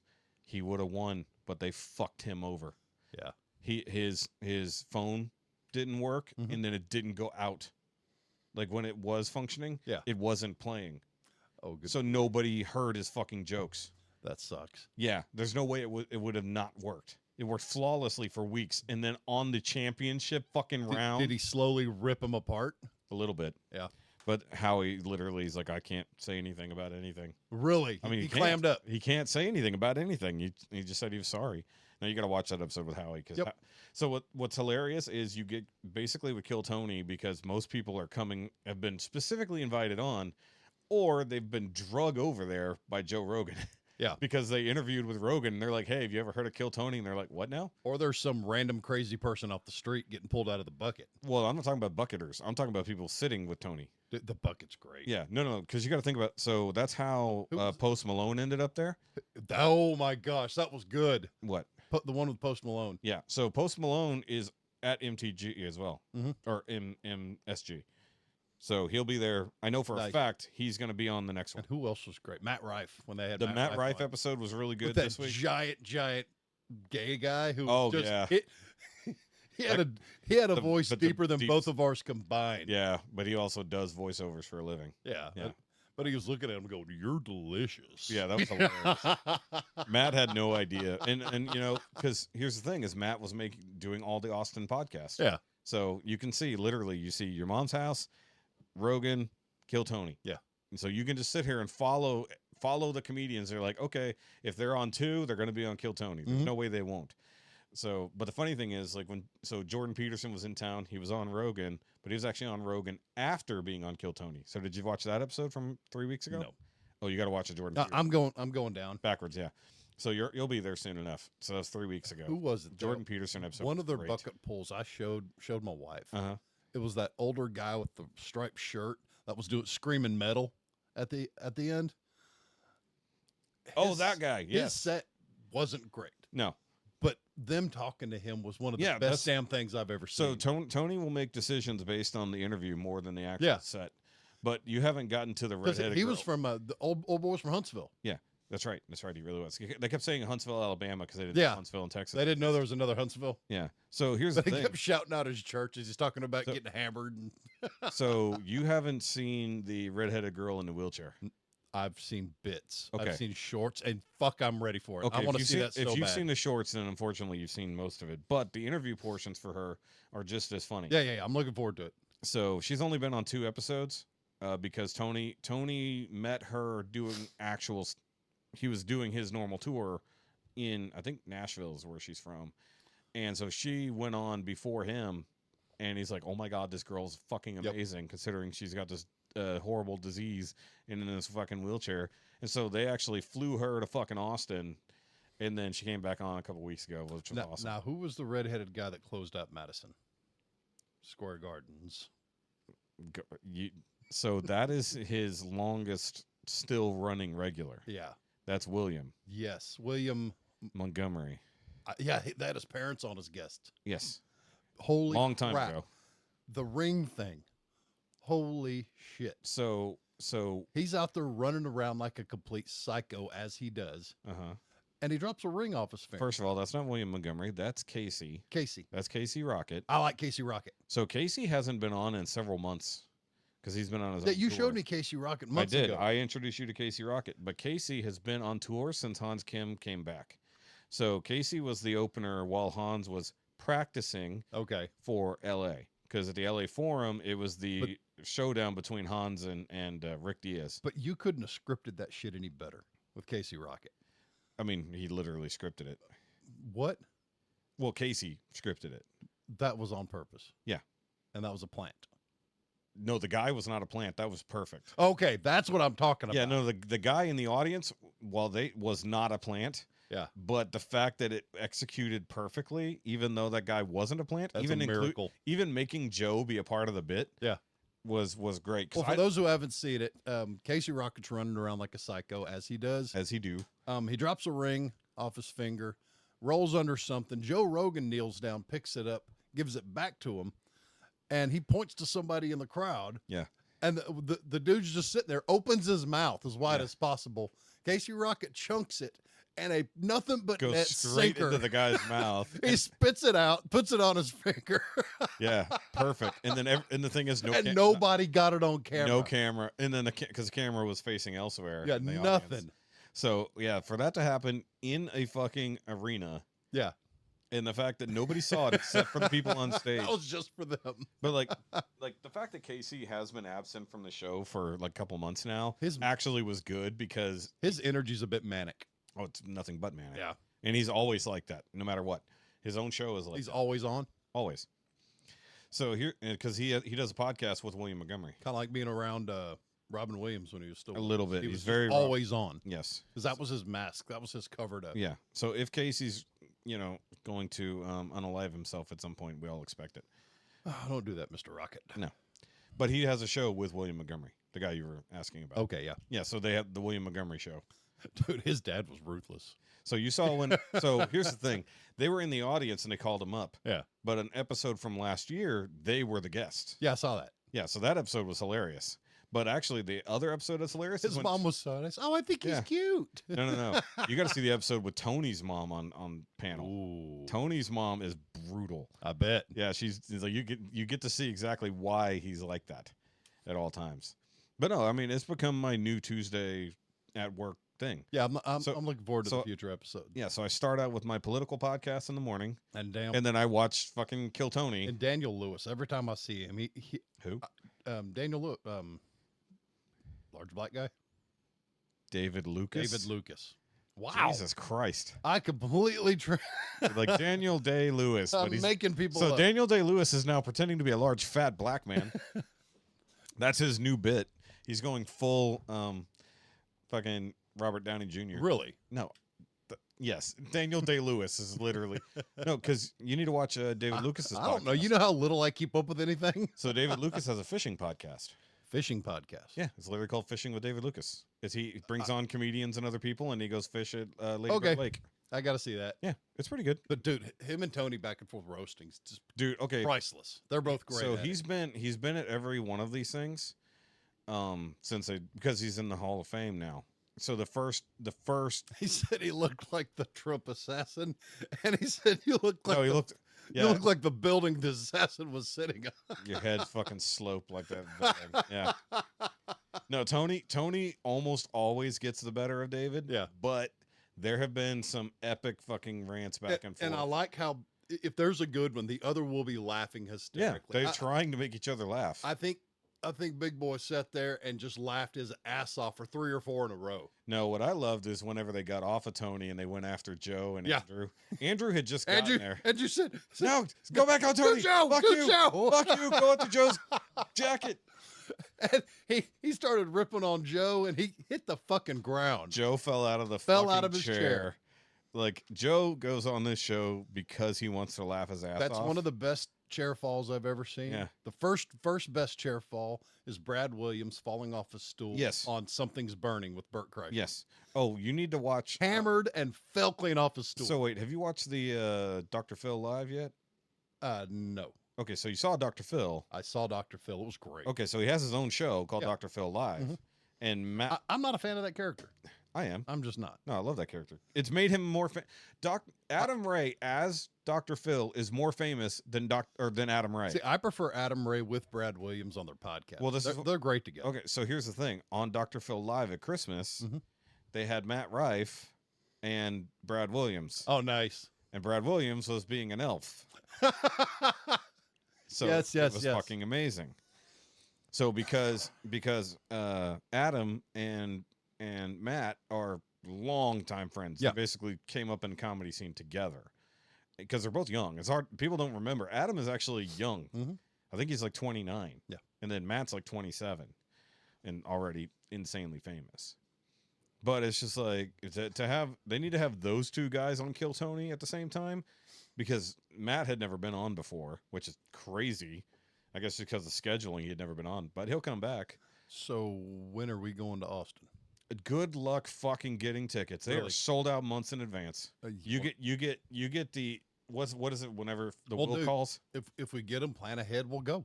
Dude, we literally would have to buy tickets for next April I'm in. right now. I'm in. Like it's too difficult. Like getting in on a random night at the fucking mothership is hard enough because it's always packed. Yeah. Even if you go into Little Boy, Little Boy's the smaller one. They do that in Fat Man. Right. So and it would be interesting if Mitzi's was actually open to the public, not just to fucking comedians. Right. You know, but I like the idea that it is pretty locked off. But no, so that was the unexpected part was for Dr. Phil, technically Adam Ray, to get a Hall of Fame thing, considering he's only, as Dr. Phil, has only been coming on since last year. Right. But Kill Tony has gotten bigger because I of Dr. did see Phil. the bit when the actual Dr. Phil over Yeah, video that was announced his that was New Year's. his comedian of the year. His guest of the year. Guest of that the was year. at New Year's. And Adam Ray was just shocked. Yeah, because they surprised him with that. Well, he was also shocked because he was leaving the fucking stage. Well, they look so much alike, though. No, they When he- really don't. They don't. You set them side by side. No, you see the difference. Okay. I mean, I'm sorry. Wait, hold on. You've seen the Trump and Biden Kill Tony, right? I've seen clips. Oh, watch the whole fucking thing. You're getting there, but skip to it. Nah. It's not like you're breaking the story. There's no continuation. But like, so that was the other thing I was gonna say. So, Hans Kim. This is Hans Kim. Yeah. This is Hans Kim. I hate Hans Kim. I think he's massively overrated, and he got so fucking lazy at his job that he was just telling shit jokes because he knew his thing was. So one of the most interesting things that happened last year was Tony putting his fucking spot up for grabs whenever he had a shitty night. Yeah, I saw that. Okay, so yeah, you probably, if you watched an old enough episode, you Yeah. saw that. So that's how Rick Diaz The battle came for along. regularship. Yeah. So that's when Rick Diaz came along and challenged Hans Mhm. for his spot, even though he already had a golden ticket. Mhm. So Rick won a golden ticket on his second night coming out there. And he was in town for a month. Second night, he challenges Hans. Hmm. And he's like, well, Hans' spot's not up for whatever. He's security. He's like, I don't care. I want his spot. And mind you, at this point, Hans and Rick had become friends because they were hanging out while he was in town. And then when he realizes that Rick is serious, Hans gets pissed, like legit angry. Like it becomes a fucking war between these two. Really? Yeah. and some of it is played up for content, but you could tell when the hate was real. Like Hans came out there and he's like, "You fucking bitch." And he's like, he was pissed. Like, I don't think Hans is a good enough actor. Then do better. Yeah, that's literally what Tony said. Do better. Yeah. So here's the thing. Hans takes 5 months off to prepare for the second showdown at the LA Forum. I would argue, like everyone argues, since you didn't see it, that Rick won the first challenge. All right. At New Year's when they were at the HEB Arena. That was the first versus. And they said, okay, you can't do it right now, but how about we put it off? Winner takes all, loser doesn't get to come back. Oh, whoa. So he was giving up his golden ticket and going to be banned from the show if he lost. Mm-hmm. Problem is, how do you get a guy who can be a regular hired on who lives in fucking Brussels? Yeah. So he said, I will find a way to move to fucking America. I can do my job from the U.S. Now this is Hans Kim? No, this is not. This is Rick Diaz. Okay. The challenger. Diaz, Brussels. Yeah, those go together. Not Hispanic at all. Very, very French. Okay. Either way, he's hilarious. He's super self-deprecating. He's a tall, skinny dude with glasses, and he talks funny. And he always talks about wanting to kill himself because his existence sucks so bad. Okay. So there was a massive fucking backlash because Tony gave the win to Hans, despite the fact that the audience and the fucking panel agreed that Rick was funnier. Yeah. He got bigger laughs. He had Matt McCusker and Shane Gillis as the guest, and they said, "Help me decide." And he's like, "Hey, what did you think?" And literally Shane's like, "Do you really want to know what I think?" Yeah. And he's like, "Yes." And he's like, "Well, clearly Rick won." Yeah. And then Matt's like, "Yeah, he definitely won. Hans wasn't that funny," and he wasn't. He hasn't been funny in a minute. But the thing is, Even Tony, his interviews, he just half-asses it here in the past couple True. I've seen. Well, that's how he always does it. So he's not really that funny. Now, I will say his set at Madison Square Garden was pretty fucking That was funny. a good set. So he did need to really work on his shit. But the thing is like he's only come back a couple times since LA because now they have like 7 fucking regulars that are rotating. Mm-hmm. Cam is there all the time. William's there all the time. And the other guys basically are almost like golden ticket winners. They just come on when they need them. And I would say that would be the one thing about the Madison Square Garden is they had too many just Kill Tony regulars and legends, and they didn't go to the bucket enough. Considering they had an actual time limit, Maybe the next episode they will. they probably go to the bucket more with less legends. They had these people out here the first night. They had some huge names out there. The biggest names in fucking modern comedy. And you're not going to have those people there ready to go on for a minute and not call them. Yeah. At Madison Square Garden. You're going to put on a good show. You're going to have fun. Yeah. So, I mean, like, it's not like the audience and us didn't get a good show, but I feel bad that there weren't enough bucket pools. I think they only had like 11. It'll be here next week.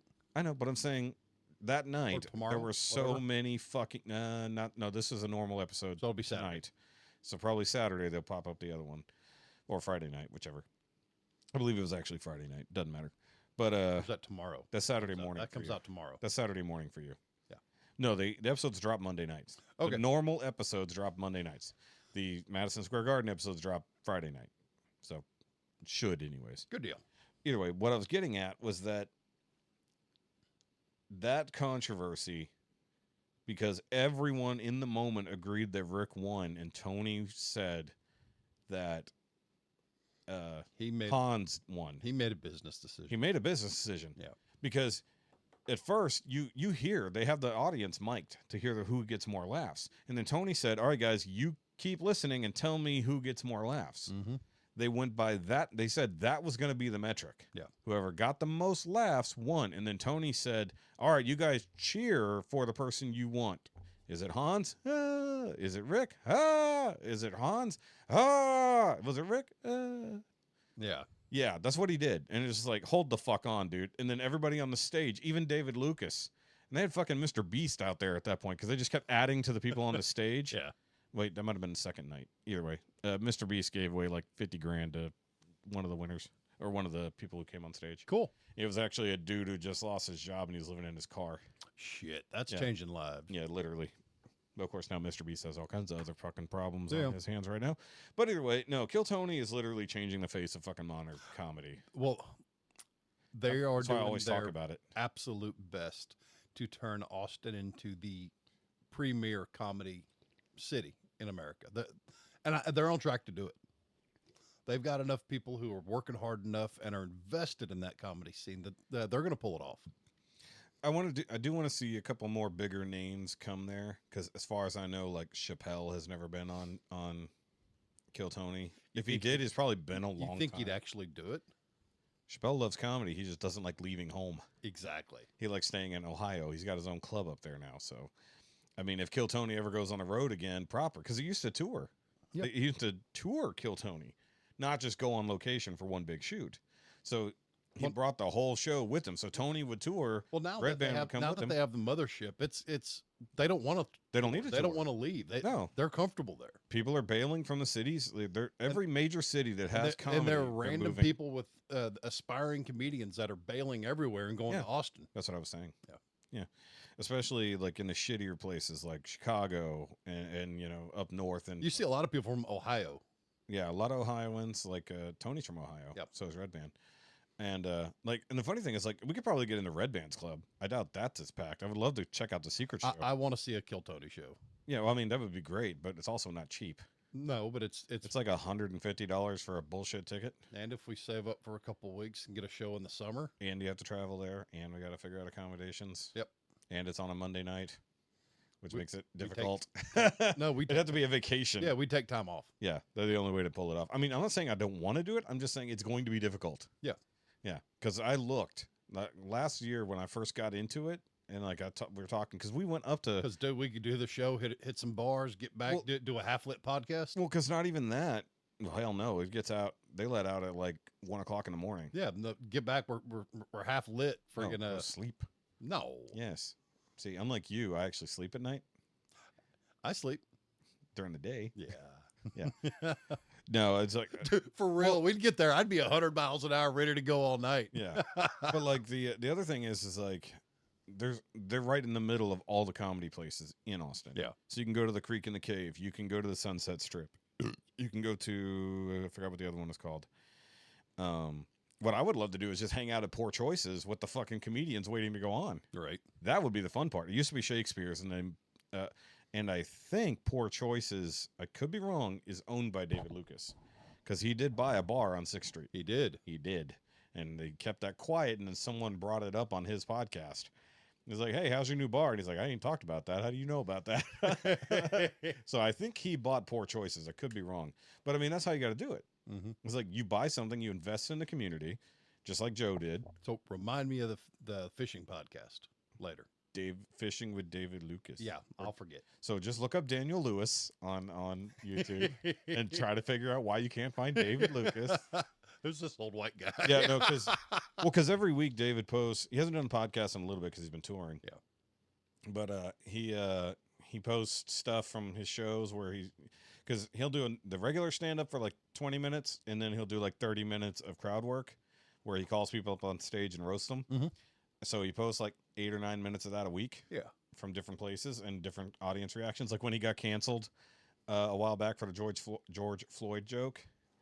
Well, they tried to cancel What's him. canceled anyway? Good grief. You only get canceled if you start apologizing and backpedaling. Exactly. But he did apologize and backpedaled slightly because they found out his mom's address and were starting to harass her. Holy shit. So he basically had to back off a little bit. The joke is still hilarious.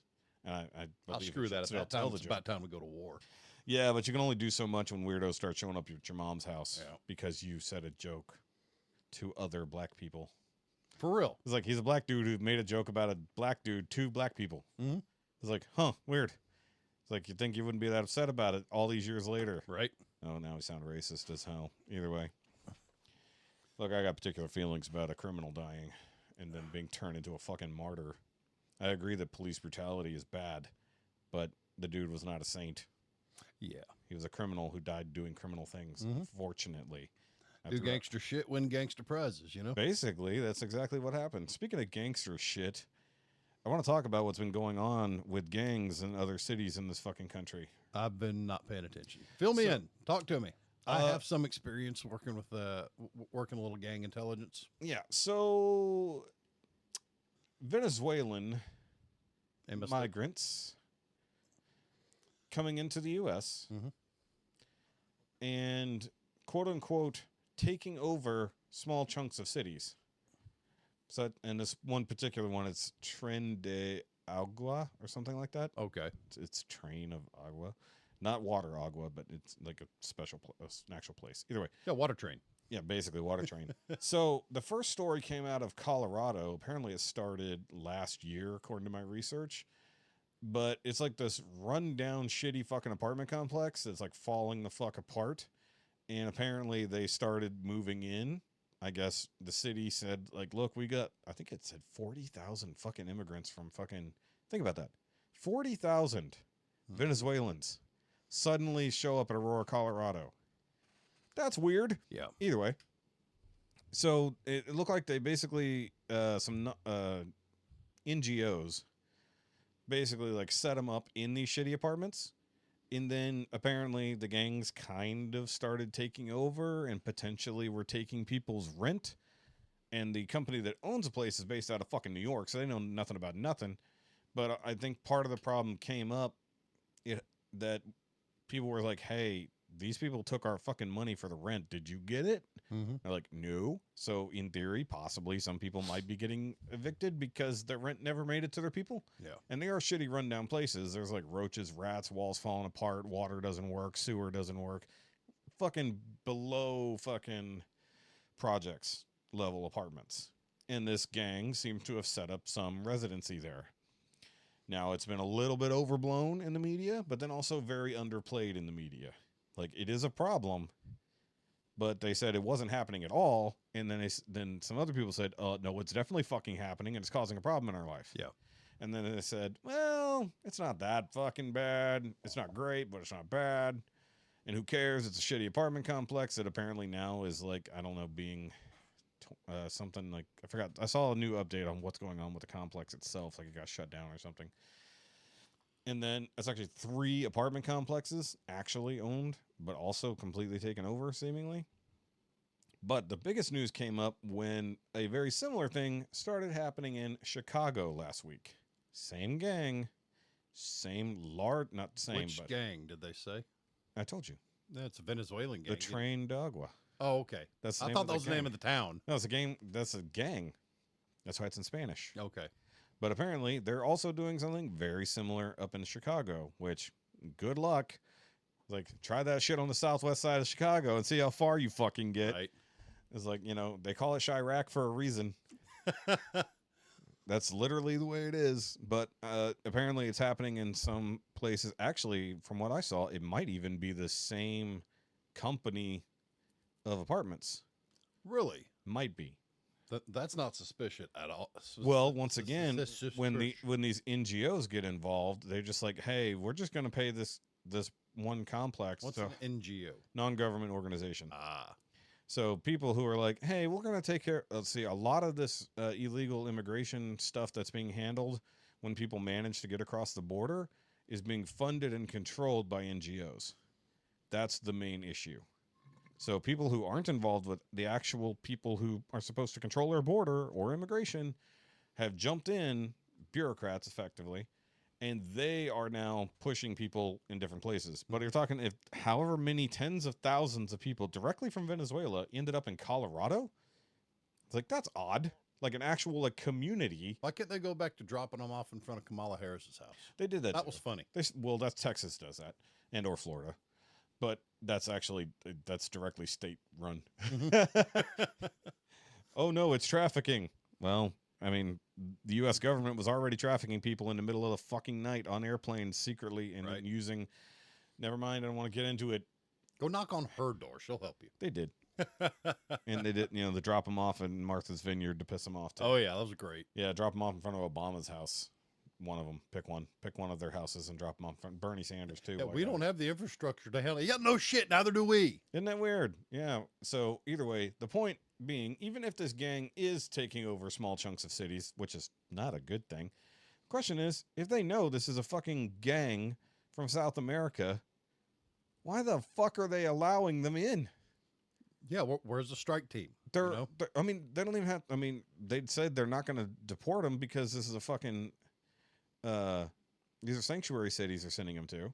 Oh, then. Oh, that was the other thing. That's what was going to piss you off last week that I wanted to show you. It was a video I saw where literally this guy is robbing people in their fucking apartments, and he's been arrested multiple times for committing pretty heinous fucking violent crimes, and keeps getting let go because he's an illegal immigrant. And they said, we're not going to arrest him. And I said, why? He's literally hurting people and stealing things, breaking into people's homes, hurting people. I think he hurt an elderly lady this last go. And they said, hold on.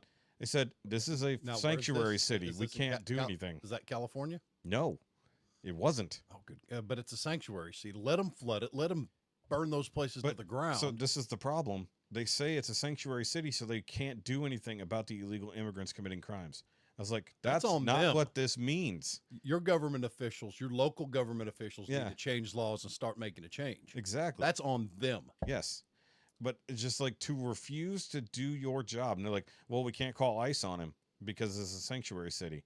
It's like, okay, but the guy still committed violent crimes against somebody. Put his ass in regular jail, period. You can call Luger on him in a hurry. Yeah. Well, I mean, I'm not going to say that out loud. Yeah. Can't call for violence on the internet, Joe. I'm not. You sort of are. Yeah. Sergeant Ruger. Sergeant Ruger and his 18 buddies. Right. Yep. 17. I said Luger.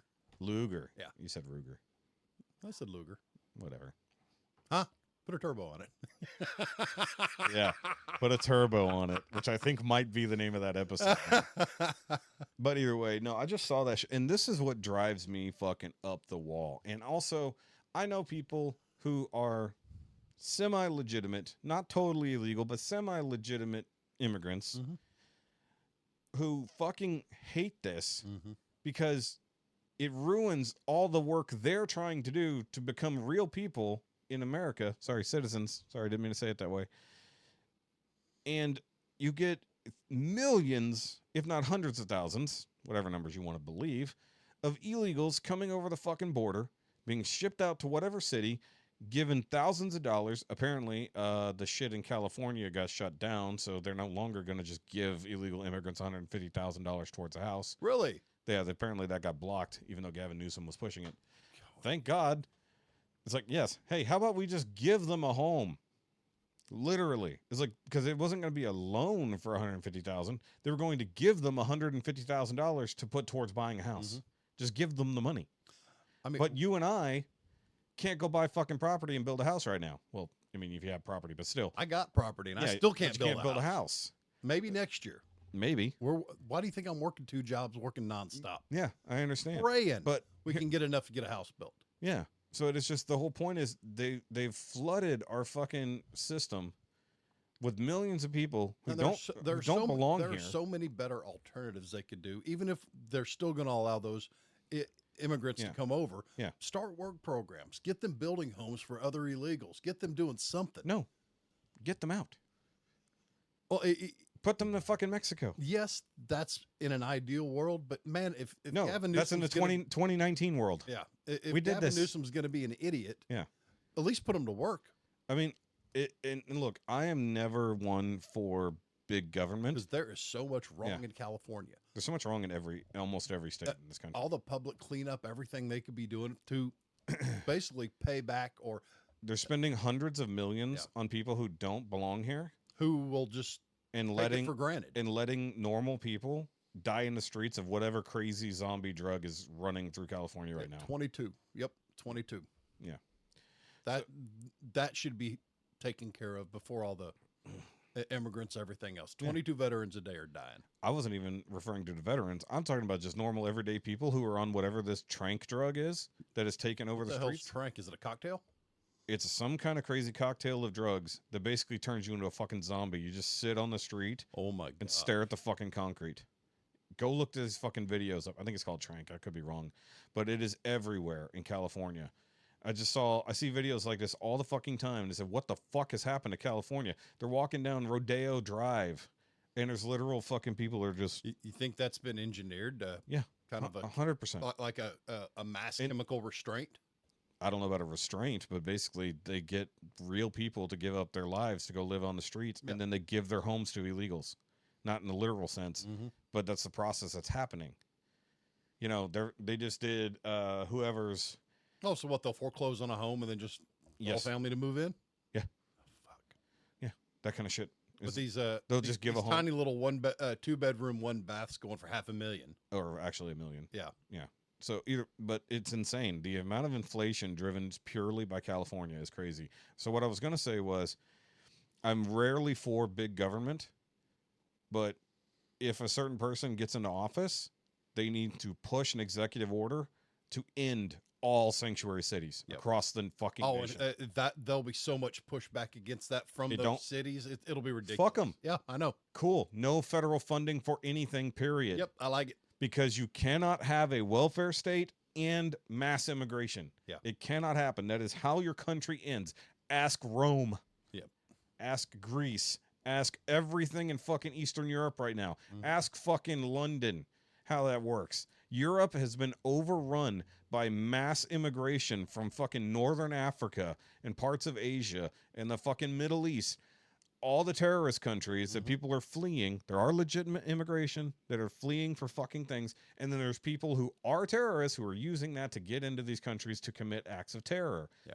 And they're just letting them in because, oh, it's so bad in their country. We feel so far for them. You know, And we fight have for all your these country. Make the change. You can't. It's illegal to fight for your country now because that's nationalism, and nationalism is evil. You have to be a one country world. Nationalism has been the cornerstone through the 40s, 50s, and 60s in America. That's what made America. Even before, well, technically, we'll go back to 1700s. Yeah, but still, that's what made America one of the strongest, most profitable, most prosperous nations in the world. Some would say it was great. Yeah. If only we could make it great again. Yeah. Yeah. But so the idea that America and all these other Western countries, all of them, are all just open to the fucking world to have. It's like, hey, I mean, yes, the sign on the Statue of Liberty says what it says, but it also says come to this spot. Yeah. And fill out the paperwork and we'll get to you, and then you can have what the sign says. Mm-hmm. It says do the paperwork and then come on in. Not, hey, California has no wall. Yep. Come on in and we'll give you everything you want. And I don't think what everybody's remembering now, you know, we don't guarantee that you're going to have a happy, prosperous life, but we're going to guarantee. We guarantee you the right to it. Or the opportunity to make that happen for yourself. Yeah, and it's the same, and you can't also have proper capitalism and DEI motives. Yeah. Because diversity, equity, and inclusion goes against the Constitution and against the fucking Civil Rights Act and hurts businesses more than anything. Mm-hmm. Because you just see terrible decisions being made right and left in the idea of quote unquote fairness. I was like, what's fair? Life's not fair. Life's not fair. Get a helmet. Get used to it. Yeah, life's not fair. Wear a helmet. But just the idea they're like, hey, you have to hire these people because they're black, and you have to not hire these people because they're white. What the hell happened to hiring the people that are the most qualified for the job? Apparently that's racial bias built into that, and sexual bias, because you're not hiring a woman because you need a guy to lift 400 pounds a day, and a woman can't do that. Nope, you need to hire a woman to do it because you don't have enough women working at this company. I mean, hell, Jeff, you need to have women carrying your guns and guarding your perfect example. Your back when I was running that van everywhere, we had one customer that would always send pallets of industrial material to the Southwest Airport at Hobby. Mm. There's no forklift on the ground. There's no ramp I can utilize to get the product. They have to go from my load deck, which is about 2.5 feet off the ground, load deck, to the loading dock. Yeah. And I was quite literally the only driver in the company that could do those loads. They were 180 pounds a piece, 180 to 200 pounds a piece. Yeah. And I'd stand up the pallet, squat, pick it up, and ease it up on there. You have mentioned the shed before. Yes. That you squatted. But we actually had to start charging that customer extra every time I had to lift one of their pallets that was over 70 pounds. That's why you fucking should. Yeah. It's ridiculous. Because I was literally the human forklift. Yeah. Because I told him, I said, guys, what other driver in our company do we have that can do this? Help nationwide. Do we have anybody that can do the same thing? And no. We need a large Jeff-shaped outfit. It was ridiculous, though. Well, I mean, it's the same thing with what I do. We're supposed to have weight limits. And I'll tell you what, because women also do my job, if they don't have a dolly or even help, because there's this one girl that I work with, she's younger than me, and she's small but thick, and she's not like out of shape or anything, but she still has physical limitations. There was one day I remember that the job she was going out to do, a normal dude with a dolly would have struggled. Mm-hmm. And she's like, she went to management. She's like, how the fuck am I supposed to do this? It's like, have you seen this? Because the way they look at it, it's everything to them is a 1x1 cube. It doesn't matter. It's like whether or not it's a fucking huge object that needs to be moved from one spot to another, or a fucking long, fucking massively heavy object that takes the entire length of the vehicle, or whatever. They don't care. It's like, hey, how the fuck am I supposed to deal with this? Right. Because I got hurt a couple months ago. I mean, when I say hurt, I mean like really stressed my back because I didn't have any type of mechanical assistance. Yep. And I had a fucking 110-pound crate. Well, that was me. I kept a weightlifting belt on board. Yeah. Just for that. Yeah. Because I needed it. Because it was straight up an Atlas carry. You'll need to move that cord a little bit. There you go. There you go. But yeah, every time I was an Atlas carry. Yeah. And it's fucking ridiculous. I'm just like, I look at it and I see all these problems. I watch Donut Operator now. And they make a joke out of it, but it's true. Unfortunately, there are a lot of women in the line of duty as police officers who cannot physically handle the situation. And in fact, there's a lawsuit that's about to begin because 2 female cops had to resort to shooting a dude that they couldn't restrain. See, Here local. it's I don't know. I've known a lot of female deputies that I've worked with personally that can kick ass with the best of them. True. But then there are some people that physically, yeah. I mean, mass versus mass. Yeah. 120-pound woman is Yeah. going to have a hell of a time with someone like me or you. Yeah, that's literally, this dude was probably like 5'10", pretty muscular Hispanic dude. And I don't know why they were stopping him, what the deal was in the first place. I missed the beginning of the story, but I watched what happened because they had the body cam footage and then they had footage from, I guess, the car or somebody was recording it because they had the outside footage. They're trying to pin him down and he's resisting, but not a lot. He's probably drunk, if I had to guess, or high. So he's like he's only resisting in the way that he doesn't understand what the fuck is happening to him. These 2 women have just suddenly, he didn't even do anything wrong from what I saw at the beginning of the confrontation. Like, I think maybe he fit a description. I don't fucking know. They started a confrontation with him. Things go south. They pin him to the ground. And then because they can't really control him, this cop just shoots him straight in the fucking throat. Oh, good gosh. Like, first, they didn't reach for a taser. They didn't have handcuffs on a guy. See, they didn't have any less than lethal options. And I don't believe always in using less than lethal. But I honestly believe right now in our country, we have an issue with law enforcement and retention. yes. In law enforcement. So course. they're hiring as fast as they can to cover Yeah. spots. Because like the sheriff's department, they have to have X amount of people in course. the jail to stay within TCLO or state compliance. Yeah. And they in have the to have jail, yeah. Well, sheriff's department's only responsibility is the jail. Yeah. They could stop all patrol and be fine, but still, they're hiring all these people, and I've noticed a rash of. Should get that looked at. Well, You just paused right there. It's I've becoming noticed more a rash. problematic watching officers incorrectly using a use of force continuum. Yeah. To apply Escalation of these force. measures, and people, especially younger deputies, officers, whoever it might be. Yeah. I'm noticing them escalating way too faster fast. than they need to be. Way too fast. Well, I think, and this argument has been said a lot, it comes down to training. They're not being trained with any other options. They're being trained to survive. They're being trained, like, yes, they're trained to use spray or taser if the situation calls for it. But then if you go beyond that, you only have your gun. There's no more options.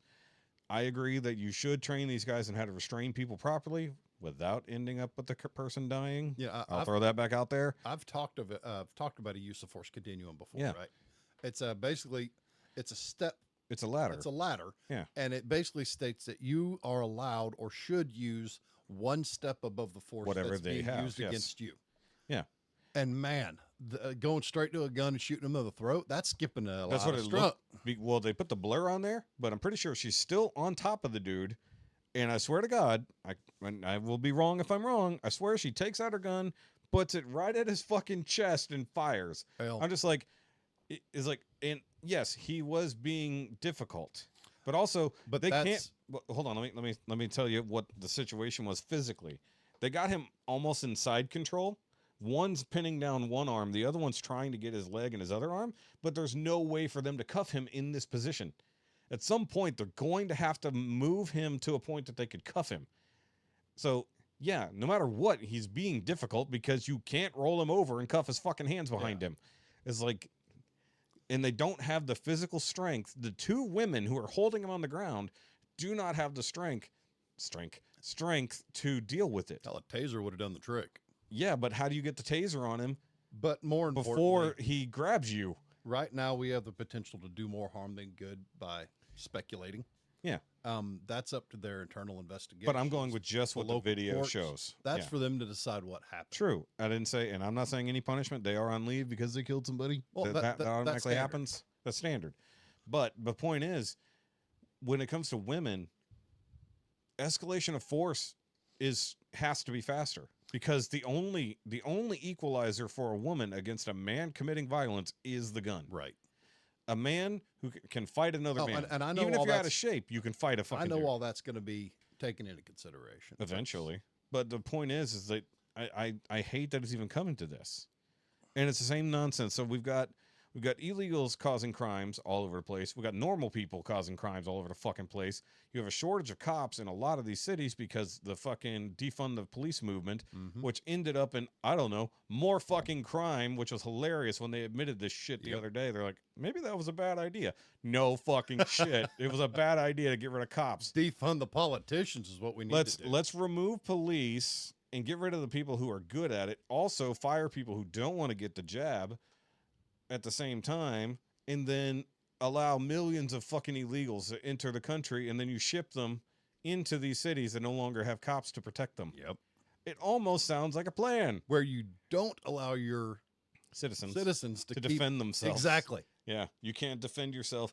And even when you go to the cops and the cops say, we can't do anything, they're an illegal citizen. Yeah. Or, sorry, illegal alien. Criminal alien is the actual term. Criminal alien. Because you know the fun part? You know Well, it's a civil crime at that point. Do you know what the actual criminal percentage of these aliens is? Wow, something like 2. No, the percentage, that's 100%. Oh, true. Because the first thing they did was commit a crime. That was a civil crime. It doesn't matter. No, technically it's a federal crime. They came across into a country illegally. That's federal. That's a federal crime. Last I asked about it in a class years ago. That was it starts as a civil, and if they don't return, it becomes a step up matter. Well, they never return. Yeah, because they're exactly. not incentivized to do so. They get to go to a sanctuary city where nobody's Yeah. going to send them out. So now you also have the state itself being complicit Oh, and in crimes. things are about to get more interesting here in Texas. Yeah. Due to Doo-doo. you know how well a lot of the illegal citizens Let's main- not use that word. the Don't say citizens. illegal individuals maintain their vehicles. You mean not at all? Next year, You mean the ones they steal? no inspection tag. Yeah. That's getting folded into our registration. Which it already basically has. But It's just still, one less now step. no one's looking at their shit. So Yeah. well, it's the Wild West again. Well, they'll look at them with no license plates They will. and shit falling off of them, I say they'll look at them. Some counties still are going to have to do emissions testing, but where which I am, is also stupid. yeah, where I am, no. Montgomery County needs to get rid of emissions. Oh, trust me, I won't pass emissions. I barely do. Yeah, Actually, I don't know how my car doesn't do the pipe. Mine just does plug. Well, I don't have a catalytic converter or a resonator. I wouldn't admit that on the radio. It's legal in Walker County. Yeah, in Walker County, but you're not in Walker County, are you? Yeah, it's See, that's what's always so stupid. If you're driving in another county and you get pulled over and you have no cat, you get a ticket, but it's like, well, it was not. But I'm illegal. registered there. I'm registered in that county, so it's not illegal for me there. That's why That's it's when so you stupid. lower up and beat that easy. Well, that's why you just get rid of that nonsense or enforce it everywhere. It's the same kind of thing. I get that state breaks down to county, breaks down to city. Same thing from the top end of the fucking country. It goes from national down to state, down to whatever. And it's like, okay, so some things should probably be handled from the top down. Other things need to be handled from the bottom up. There's no one-in solution on that. But when it comes to the nonsense with vehicles, safety regulations, yes. Emissions, who the fuck cares? Right. It's like I'm tired of the fucking pretending global fucking warming is a thing. because now it's climate change. Yeah, the climate's always changing. That's what it do. All this That's why we get a global hurricane warming, in climate November. change, anything is an excuse for politicians to jack up prices and hold companies hostage. And tear down fucking countries while allowing other countries to continue to do exactly what they're tearing the other countries down for. Like ours. You know, China and India pollute more than any other countries combined. They're the two greatest polluters from their coal plants because they don't have to run clean coal. And they're not stopping. And they're actually building more and more. And they're getting to build nuke plants too. We need more of those. Yeah, well, we're not allowed to. That's stupid. Yep, I know. I argue that all the time. Build them all, make an island offshore. Build them there. Or middle of Nevada where there's fucking nothing. Yeah, exactly. It's like, how would you build them where no one lives? So even if there is a problem, oh well. Actually, build them near our fucking military bases so they can defend them. Exactly. Hey, how about that? Or maybe let's kick out all the Chinese farmland that is right next to our military bases. Maybe we should do that too. I don't know if you heard about that. Yeah. That's fucking ridiculous. Did you see when Dr. Phil showed that to Trump? And Trump went, huh. it was like, maybe we should do something about that. It's like, that happened under your watch too, sir, unfortunately. Yeah. I will say this. I like that Kamala Harris is doing no interviews at all, except for the one on CNN. And she's not doing a debate, right? No debate? She said no debate. Because she'd get chewed alive. No, apparently they're still doing the one this week. It was the other debate they were trying to set up. They said she's still going to get eaten alive. It doesn't matter. She has no policies. But what I was getting at is Kamala Harris does rallies, does zero interviews, is avoiding debates that she can't set the very specific she's rules drunk for. half the time. True. But Trump is going out there literally every single week and sitting down on a different fucking podcast and talking about the issues and then talking about normal stuff. Now, I watched the one with Theo Vaughn. And there are still people that see all this evidence in front of them that are still going to either not vote, which I'd prefer they not vote, or vote for Harris. Yeah.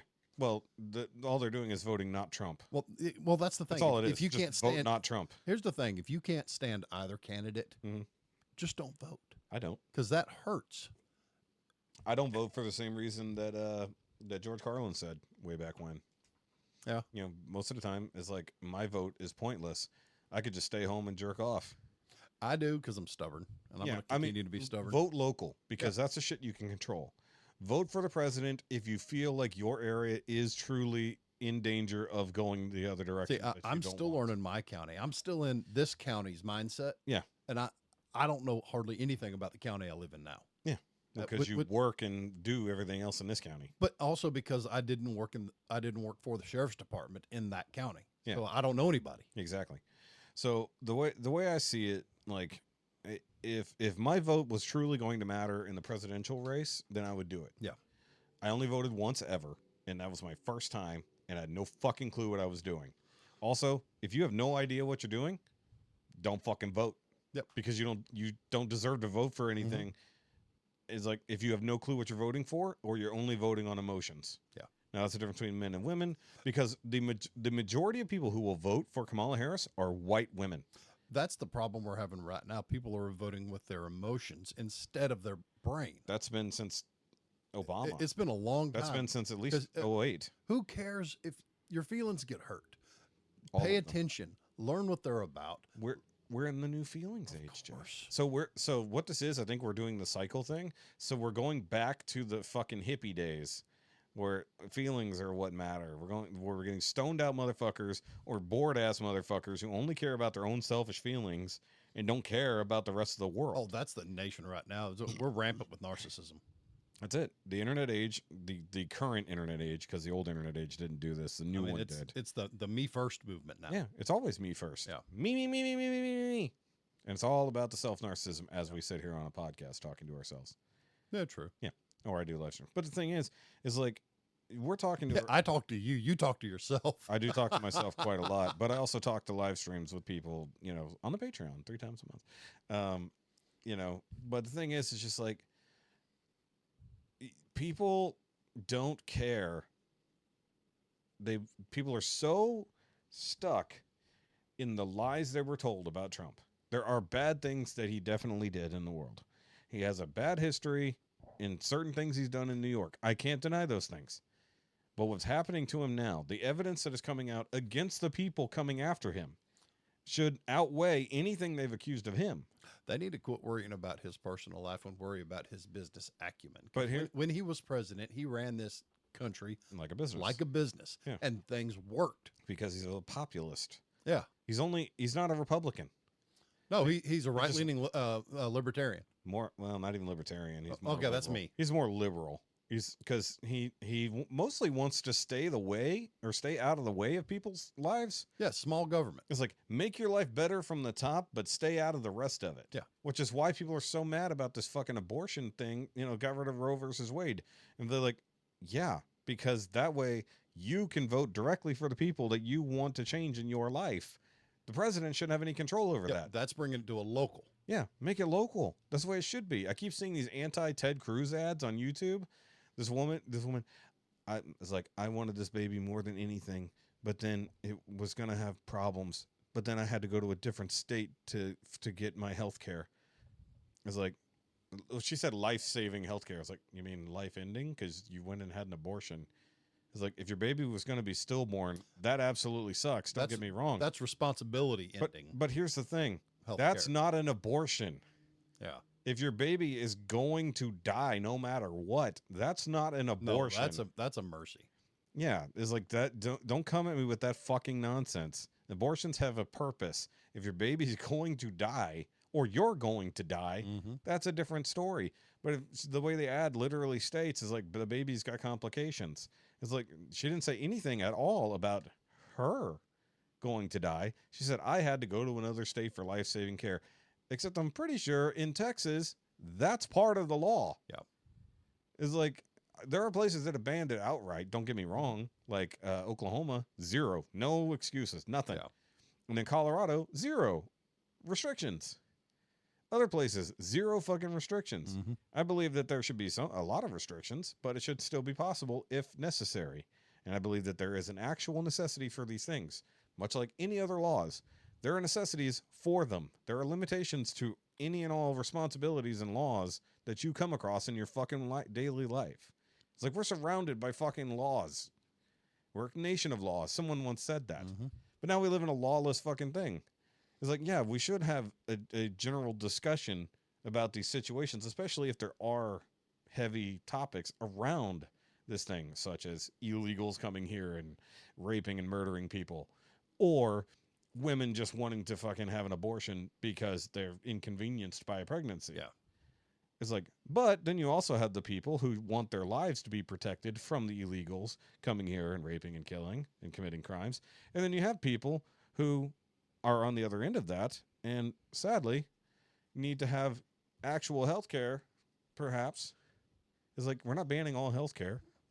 It's like, we're not even banning things. We're just allowing you. You say all these people want protection from illegals and everything, but they don't want to be proactive about it. They want someone else to protect them. They want, Because they don't want that to be their responsibility. It's the same people who don't take responsibility for the actions that led to them needing an abortion. Because, man, Wanting an your abortion. protection Sorry. is your responsibility. I should probably edit that. Either way, I'll think about that, because I get on my high horse about abortions all the time, because Jessica and I are struggling to fucking make a baby, and we got people who are out here literally flaunting their 5th fucking abortion. It's like, good for you. Well, brother, Yeah. Don't count out adoption, man. Look, I'm not, but the point is that's the only reason I'm here and I'm successful and I'm Yeah. not an addict, is because my biological mother Yeah. knew she had problems, knew she had health issues, Yeah. and put me up for adoption. Yeah. I've been looking for her since I was a teenager. Yeah. I'm sure she's passed. And I know other people who were in a similar boat where they were adopted and they were taken in by other people, I'd love to figure out who she was, or even so I raised could, by their own you know, family, right? I got a couple questions and I want to say thank you. Yeah. That's all I want. It was a closed adoption. Yeah. But that's all I want from her. Yeah. And I agree with that, because on that end of it, I agree that if you can get to the point of just giving your baby for adoption, because they even talked about that on the news this morning. They're showing where some firefighters were digging a newborn out of a dumpster. Oh. So instead of just being left on the doorstep wrapped up, Or in one of those firehouse emergency boxes. that's what I'm saying. Yeah. They were digging him out of a dumpster, was alive. I don't know how they found it, but it was That's there. heartbreaking. So literally somebody throwing their baby away instead of just putting it in a safe place, because there are places you can just take a baby. Even fucking a lot of emergency rooms. I know St. Luke's, and I think even What do they call them? Angel boxes or something like that? something like that. Yeah. But like a lot of these ERs, you can drop a baby off, no questions asked, as long as you give it to a person to be responsible for the baby. Yeah. I mean, in the hospital, not just in the parking lot. You know, don't just give it to some fucking hobo. Baby, got a baby here. Yeah, exactly. Auctioning the baby off. But it's just like, it's what you just said about people not wanting to protect themselves and wanting to be protected by others. They can't take responsibility for their own life, even their own safety. And They're not allowed your to. life is your responsibility. You need, if you're not serious about taking care of yourself, taking care of your own personal security, you need to get that way. Well, not even security. Fucking get a job. Yeah. Take care of your family. Take care of yourself if you don't have a family quite yet. Because, like, plan for the fucking future instead of worrying about only the now. Yeah. Like, and that's the other thing. The me generation is only worried about the now. They only care about right now, and they only care about the fucking vibes. That's the new thing. Or their followers. Well, that's part of the vibes. Yeah. I mean, because everybody's got to have followers. We rank I don't know. our identity now. That whole vapid, shallow mentality just grinds my nerves. Well, I don't remember where we talked about this. It might have been you and me, or it might have been at the Chidey house last week. Might have been me and you. Well, I'm trying to remember when we had this discussion, but it was basically like people don't have their own identity anymore. They find their identity by their followers. See, I think I might have been on that. I left early though. Yeah, I'm trying to remember if we had that conversation or not. We might have, but it's just the idea that like I knew who I was before I started YouTube, and then in creating content, yes, I borrow ideas from other people because they've been doing it more than me, or something looks like it might work for me. I adopt it. If it works for me, it does. If it doesn't, I get rid of it. That kind of shit. But I determine who I am by what I want to do, not because I'm specifically imitating someone else, or I let others determine what I want.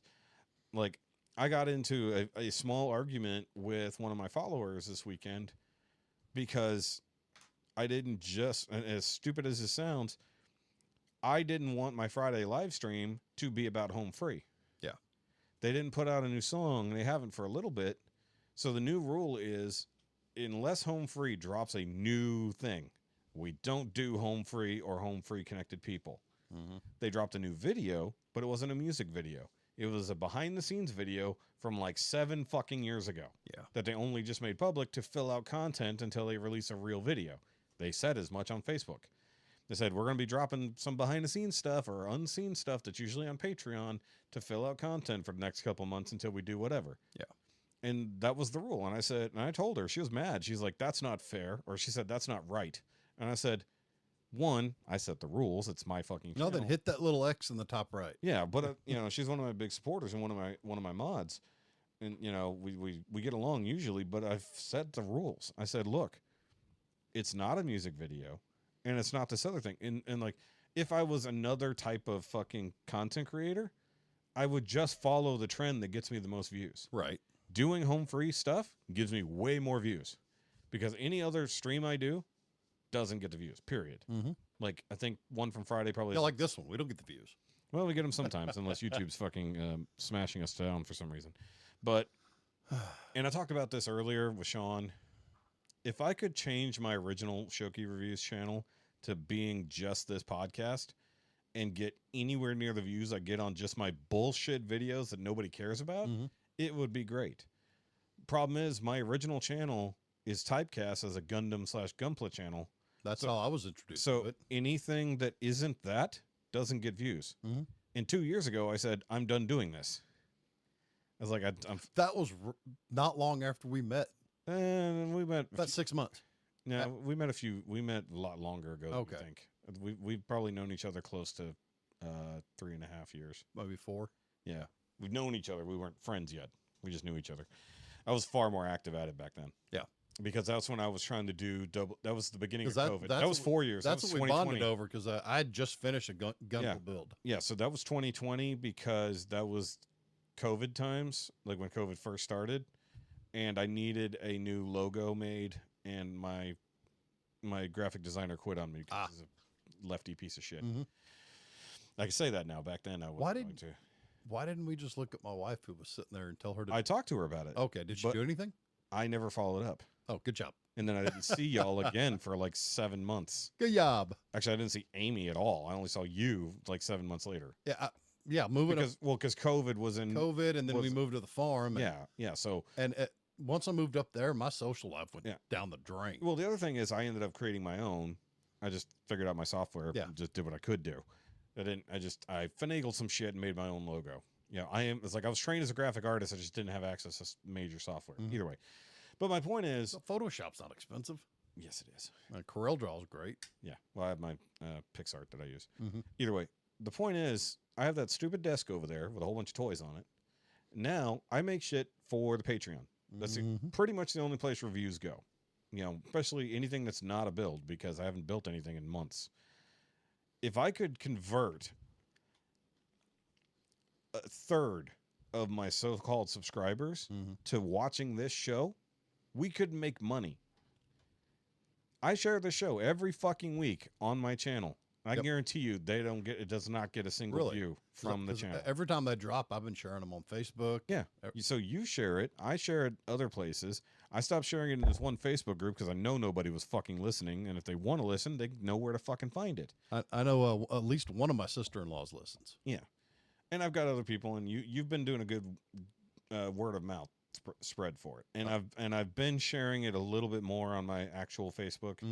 It's just that sometimes we talk about things that I don't want people on my Facebook to hear. I'm waiting for the folks at the American Legion to start watching. Then I'll have all these old timers judging me all day. So this is what's funny is like it's going to end up being a lot like my streaming channel, where it's just mostly the median age is going to be 55. Yep. Either way, I don't want that. I want people, well, because this show's no longer about collecting toys and stuff. Now we just talk about lifestyle and things like that. When I was with all my collector friends earlier on in the show's history, that made sense. Yeah. But they're not here anymore. You don't collect things. I collect hobbies. Yeah, you're a hobbyist.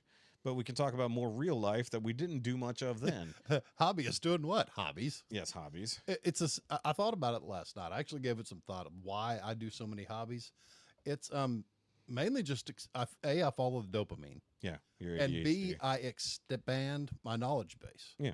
I find something I want to learn. I do that thing until I get really good at it. Then I move on to something else. Well, that's like me and YouTube, because like you can almost follow the eras of like my subscribers. I mean, next is going to be a camper build out of the van. Yeah. I mean, and I may get one of these and start recording. Yeah, maybe. I say get GoPros. Yeah. Because that way it's easier to set up. Well, I got toys to pay off, and then after that I'll get more. Yeah, but get some GoPros because it'd be a lot easier. Okay. Than trying to do what I do with the cell phones. What, like the head mount and all that? Yeah. Oh, that's what I was going to tell you about doing a cooking show. Get a head and a chest mount. Yeah. For cooking. Be like Kenji. Unless the good music's on. Do you follow Kenji Lopez Alt? No. You should, because that's how he does cooking with Okay. Kenji. So he has a head mount so you can see everything he's doing. Yeah. And he has one counter camera to see from the outside. Now, who is that? The channel AO Fishing, AYO. He has a chest mount Yeah, Kenji does too. that they has both. rock when they're fishing, and it's really good. If you get a chin mount, you can film porn. The one you put in your mouth. Yeah. Well, because they discovered a long time ago for doing first person shooting, not necessarily just for porn, that actually putting on the forehead gives a weirder perspective. Yeah. But if you put it on near the chin or the neck, it actually gives a proper perspective. Oh, nice. It's weird like that, but yeah, just anything that porn users like can figure out. That's how most the world is run by porn. We talked about this a long time ago. Sorry, advanced by porn. Well, the internet is for porn. There's a song about it. Yeah, it used to not be. Grab your dick and double click. Yes, I know. So either way, what I was saying about the YouTube stuff, you talked about following dopamine. You got me into watching Unsub. Yeah. And then I started watching all this GunTuber stuff nonsense. So now, if you look at my actual subscriptions, You look like you need to be on a watch list. no, because, well, maybe, but I was already kind of there. But here's the funny part. So, like, I've got my political stuff. I've got my nerdy stuff. I've got my car stuff. I've got my model building stuff or creator stuff. And then now I've got my GunTubery as well. So it's just like, just expanding my knowledge base and my interest, because I'm tired of being stagnant in. Okay, so this room is all about stagnation.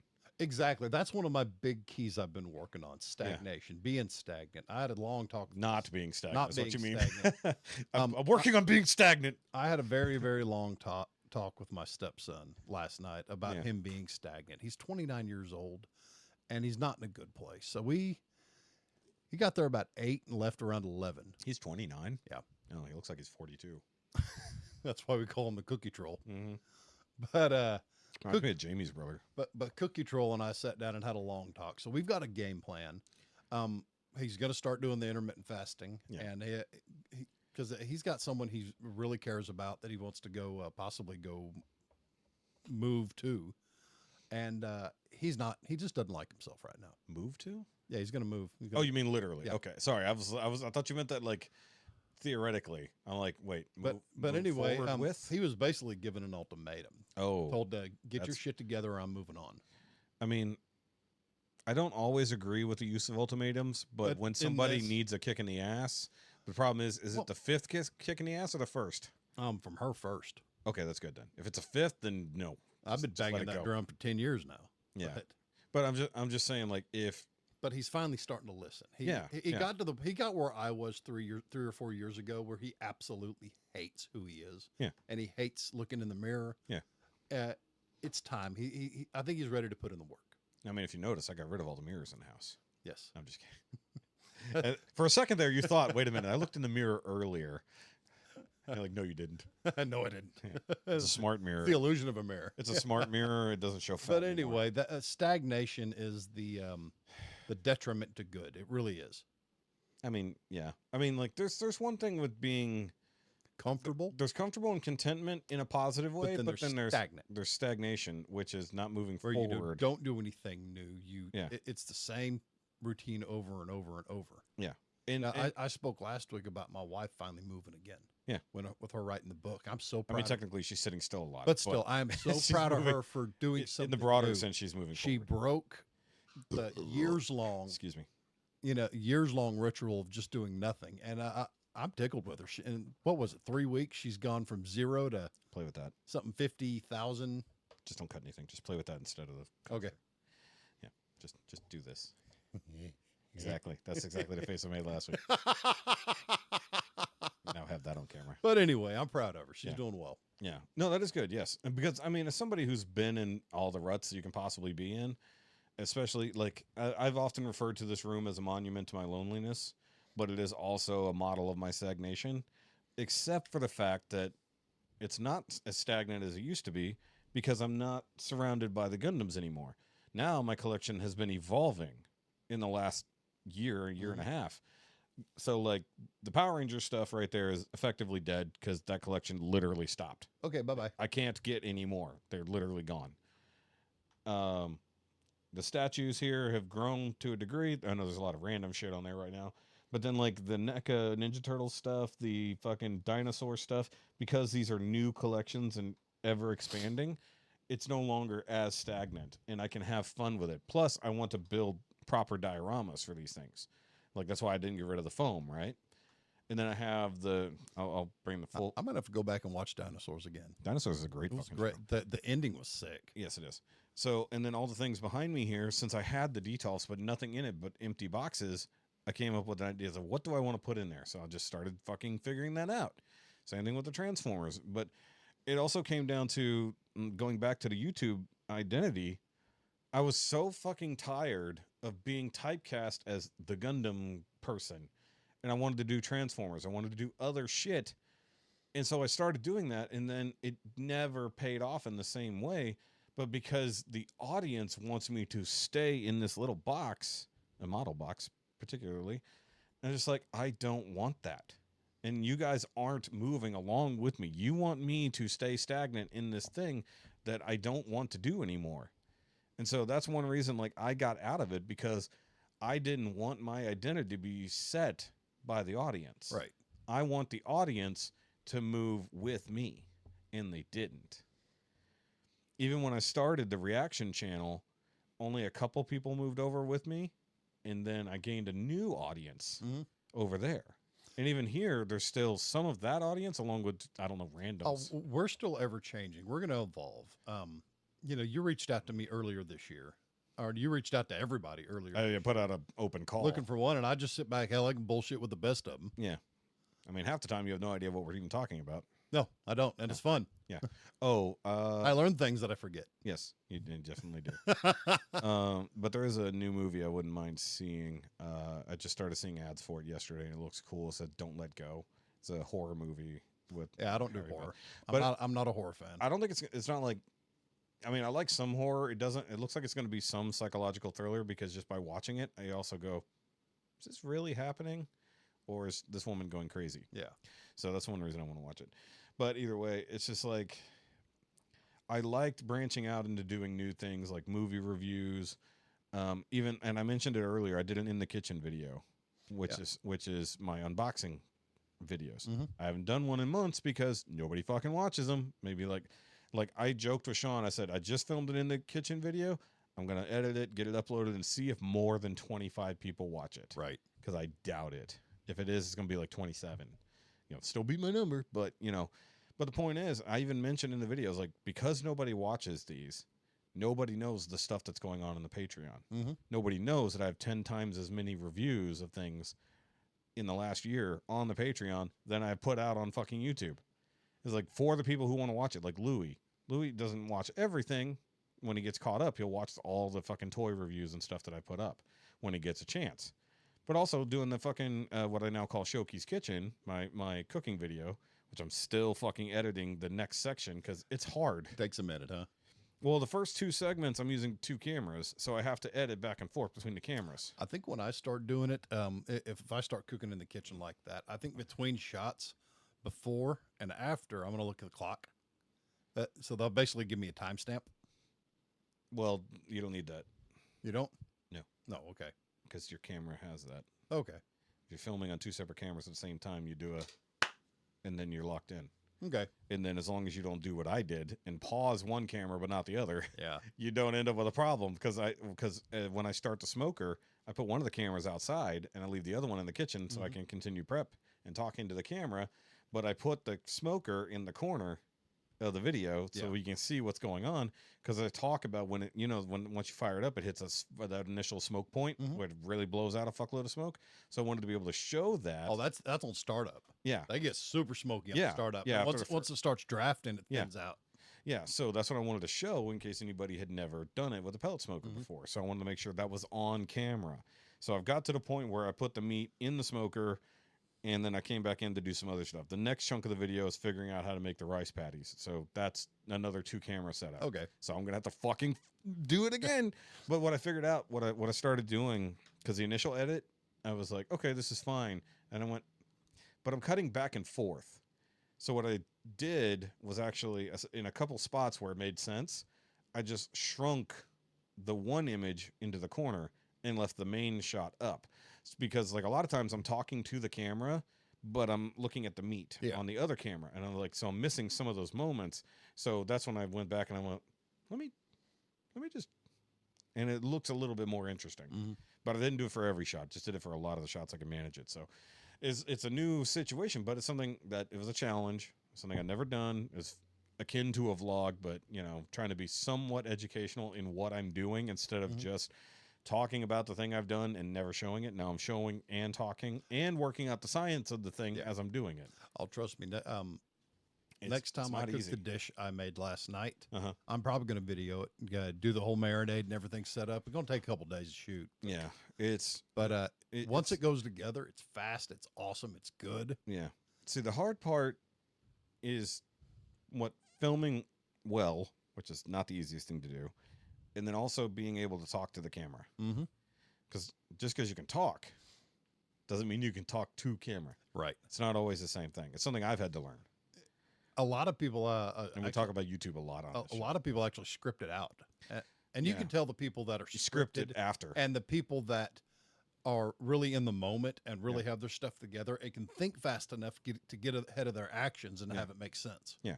So if you're going to script it, but also do talk in the moment. Yeah, talk in the moment, but also do voiceover for the scripted. Yeah. But talk in a way that you can cut to another shot and have a voiceover. Yeah. But for me, what I'm doing is an active shot because I mentioned this before, I don't like scripting. unless it needs a script. It's like for me, if it's a skit, obviously I need a script. I need something to follow. Yeah. But if it's me talking about what I'm doing, I want to be talking about what I'm doing while I'm doing it, not thinking about it ahead of time, because especially if it's an experiment that I've never done before, I can't script something I haven't done. It's not possible. Right. I mean, I could pretend that I know what I'm doing and then be surprised halfway through it.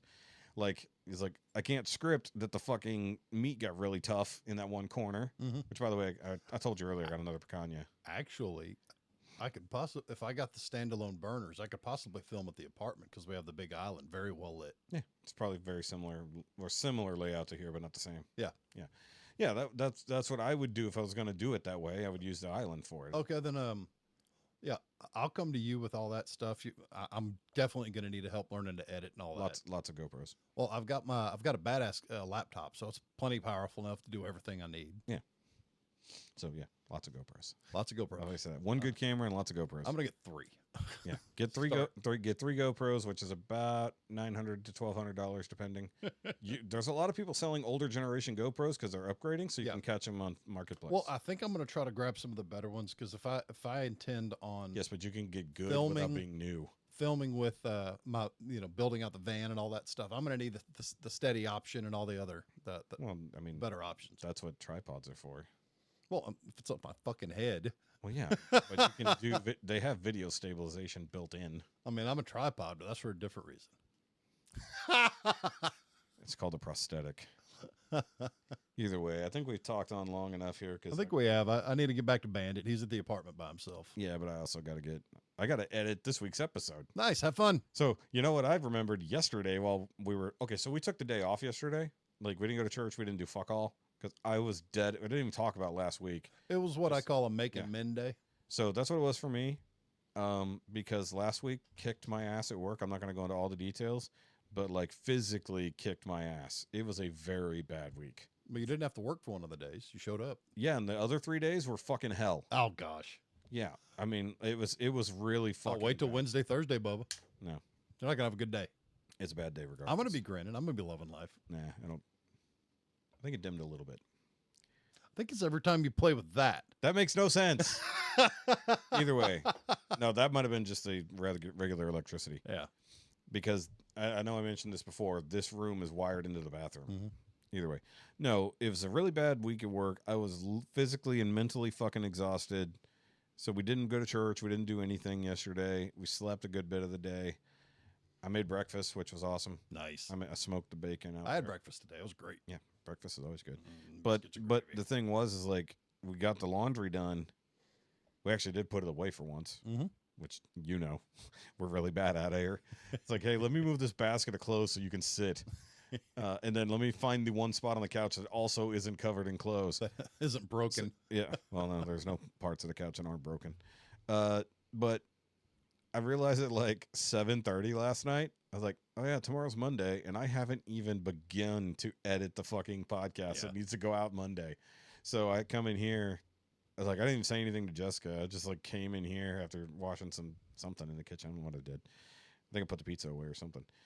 And I fucking sat down and I began editing it. I'm like, I don't remember any of this shit because I'm just so fucking tired. And I'm like, okay, let me find the spot that I got to remove from the first 15 minutes of bullshit. Yeah. And then I'm going through, and then like our first like 40 minutes like was like a laugh a minute. So I'm like fucking finding all the promo clips, and then I get into the parts where the fucking light starts acting up, and I'm like, okay, Last week was a good week. yeah. So Good week. I start clipping all the spots where the fucking light is acting up. So I'm like, okay, do I do multiple promos this week? I was like, because I've got like 6 minutes of fucking footage just for the promo, and I'm Right. just like, that needs to be like less than 2 minutes. Uh-huh. And I need to set an actual length for the promos because like I don't always do that. About 45 seconds is about perfect. Maybe, but sometimes there's good shit that needs to be in there, and I can't trim it. I turned out good shit from last week's promo, and I was like, damn it. I was like, so I might start. If it gets them to the end, I might start fucking promoing multiple times throughout the week. We'll see. Just like we'll see if it's a good week. if it's a good week. So I started that Some weeks process. And by the way, I haven't even listened to the entire episode yet because I normally do that Saturday at work. But because Saturday was Kill Tony Day, I listened to that. Right. And I clearly didn't export the fucking video, so it didn't matter. So sometime between today and Wednesday, I got to fucking figure that out. That would be tomorrow. So depending on how it goes, that's one reason why I said we couldn't record tomorrow Ah. because I need to edit, but also Well, good, because I need to mow. computer started to go to sleep. I hadn't touched the mouse in a while. But tomorrow also, no fucking clue how work's gonna go Right. because it might be total chaos again. Well, here's the thing. If it rains tomorrow, I'm not doing shit. Well, yeah. Because I need to mow. I need What's to going on? put a new master cylinder on my wife's car. Oh yeah. I need to put new rotors and brakes on the front of the Suburban. So did we determine that's what was going on with your wife's car? Yeah. It is a master cylinder. Brakes went straight to the floor. Yeah. Okay. Sorry, I think we should end because something's goofing up over here. All right. Screen keeps going black. And with that, Well, let's give a proper outro. hard out. Guys, do the like and subscribe thing here on the YouTubes and specifically on the Rumble, please, because what is going on? The screen keeps cutting out over there. Huh. I don't know what's going on. It just goes black. Stop it. But the power's not turning off. I don't know what's going on. Either way, like, subscribe, do all the shit. And then, of course, if you want to write into the show, you can do so at NowYouMadeItAwkwardMail@gmail.com. And also, if you want to send in a voice clip or just message us or just comment on things, you can do so either on the YouTubes, Facebooks, all that kind of stuff. Links are all in the description down below. I think I need to, well, once you finally start doing some... I did a thing. I added something. Did you? Yes. You got some Cry Havoc kitchening going on? Yeah, it's dogs. Cry Havoc dogging. Either way, so go follow Jeff's thing. I need to put the link. Phrasing. No. So, guys, we will see y'all next week at some point, I guess, for episode 111. Yeah, we'll have a good time. I feel like I should do something special because, like, 111 is like 111. it's like my number. Wow. Oh, I have to change the logo for the episodes now Okay, cool. because I've been using the circle in the middle as the O. We no longer have a no. I'm gonna have to figure out what to do about the thumbnails now. Interesting. Gonna have to do a new design for the thumbnails from now on. Screw it. Picard at attention. I'm not gonna draw a new Picard. I just got to figure out how to redo the logo with a 1. Ah. Yep. All right. And with that. Cable.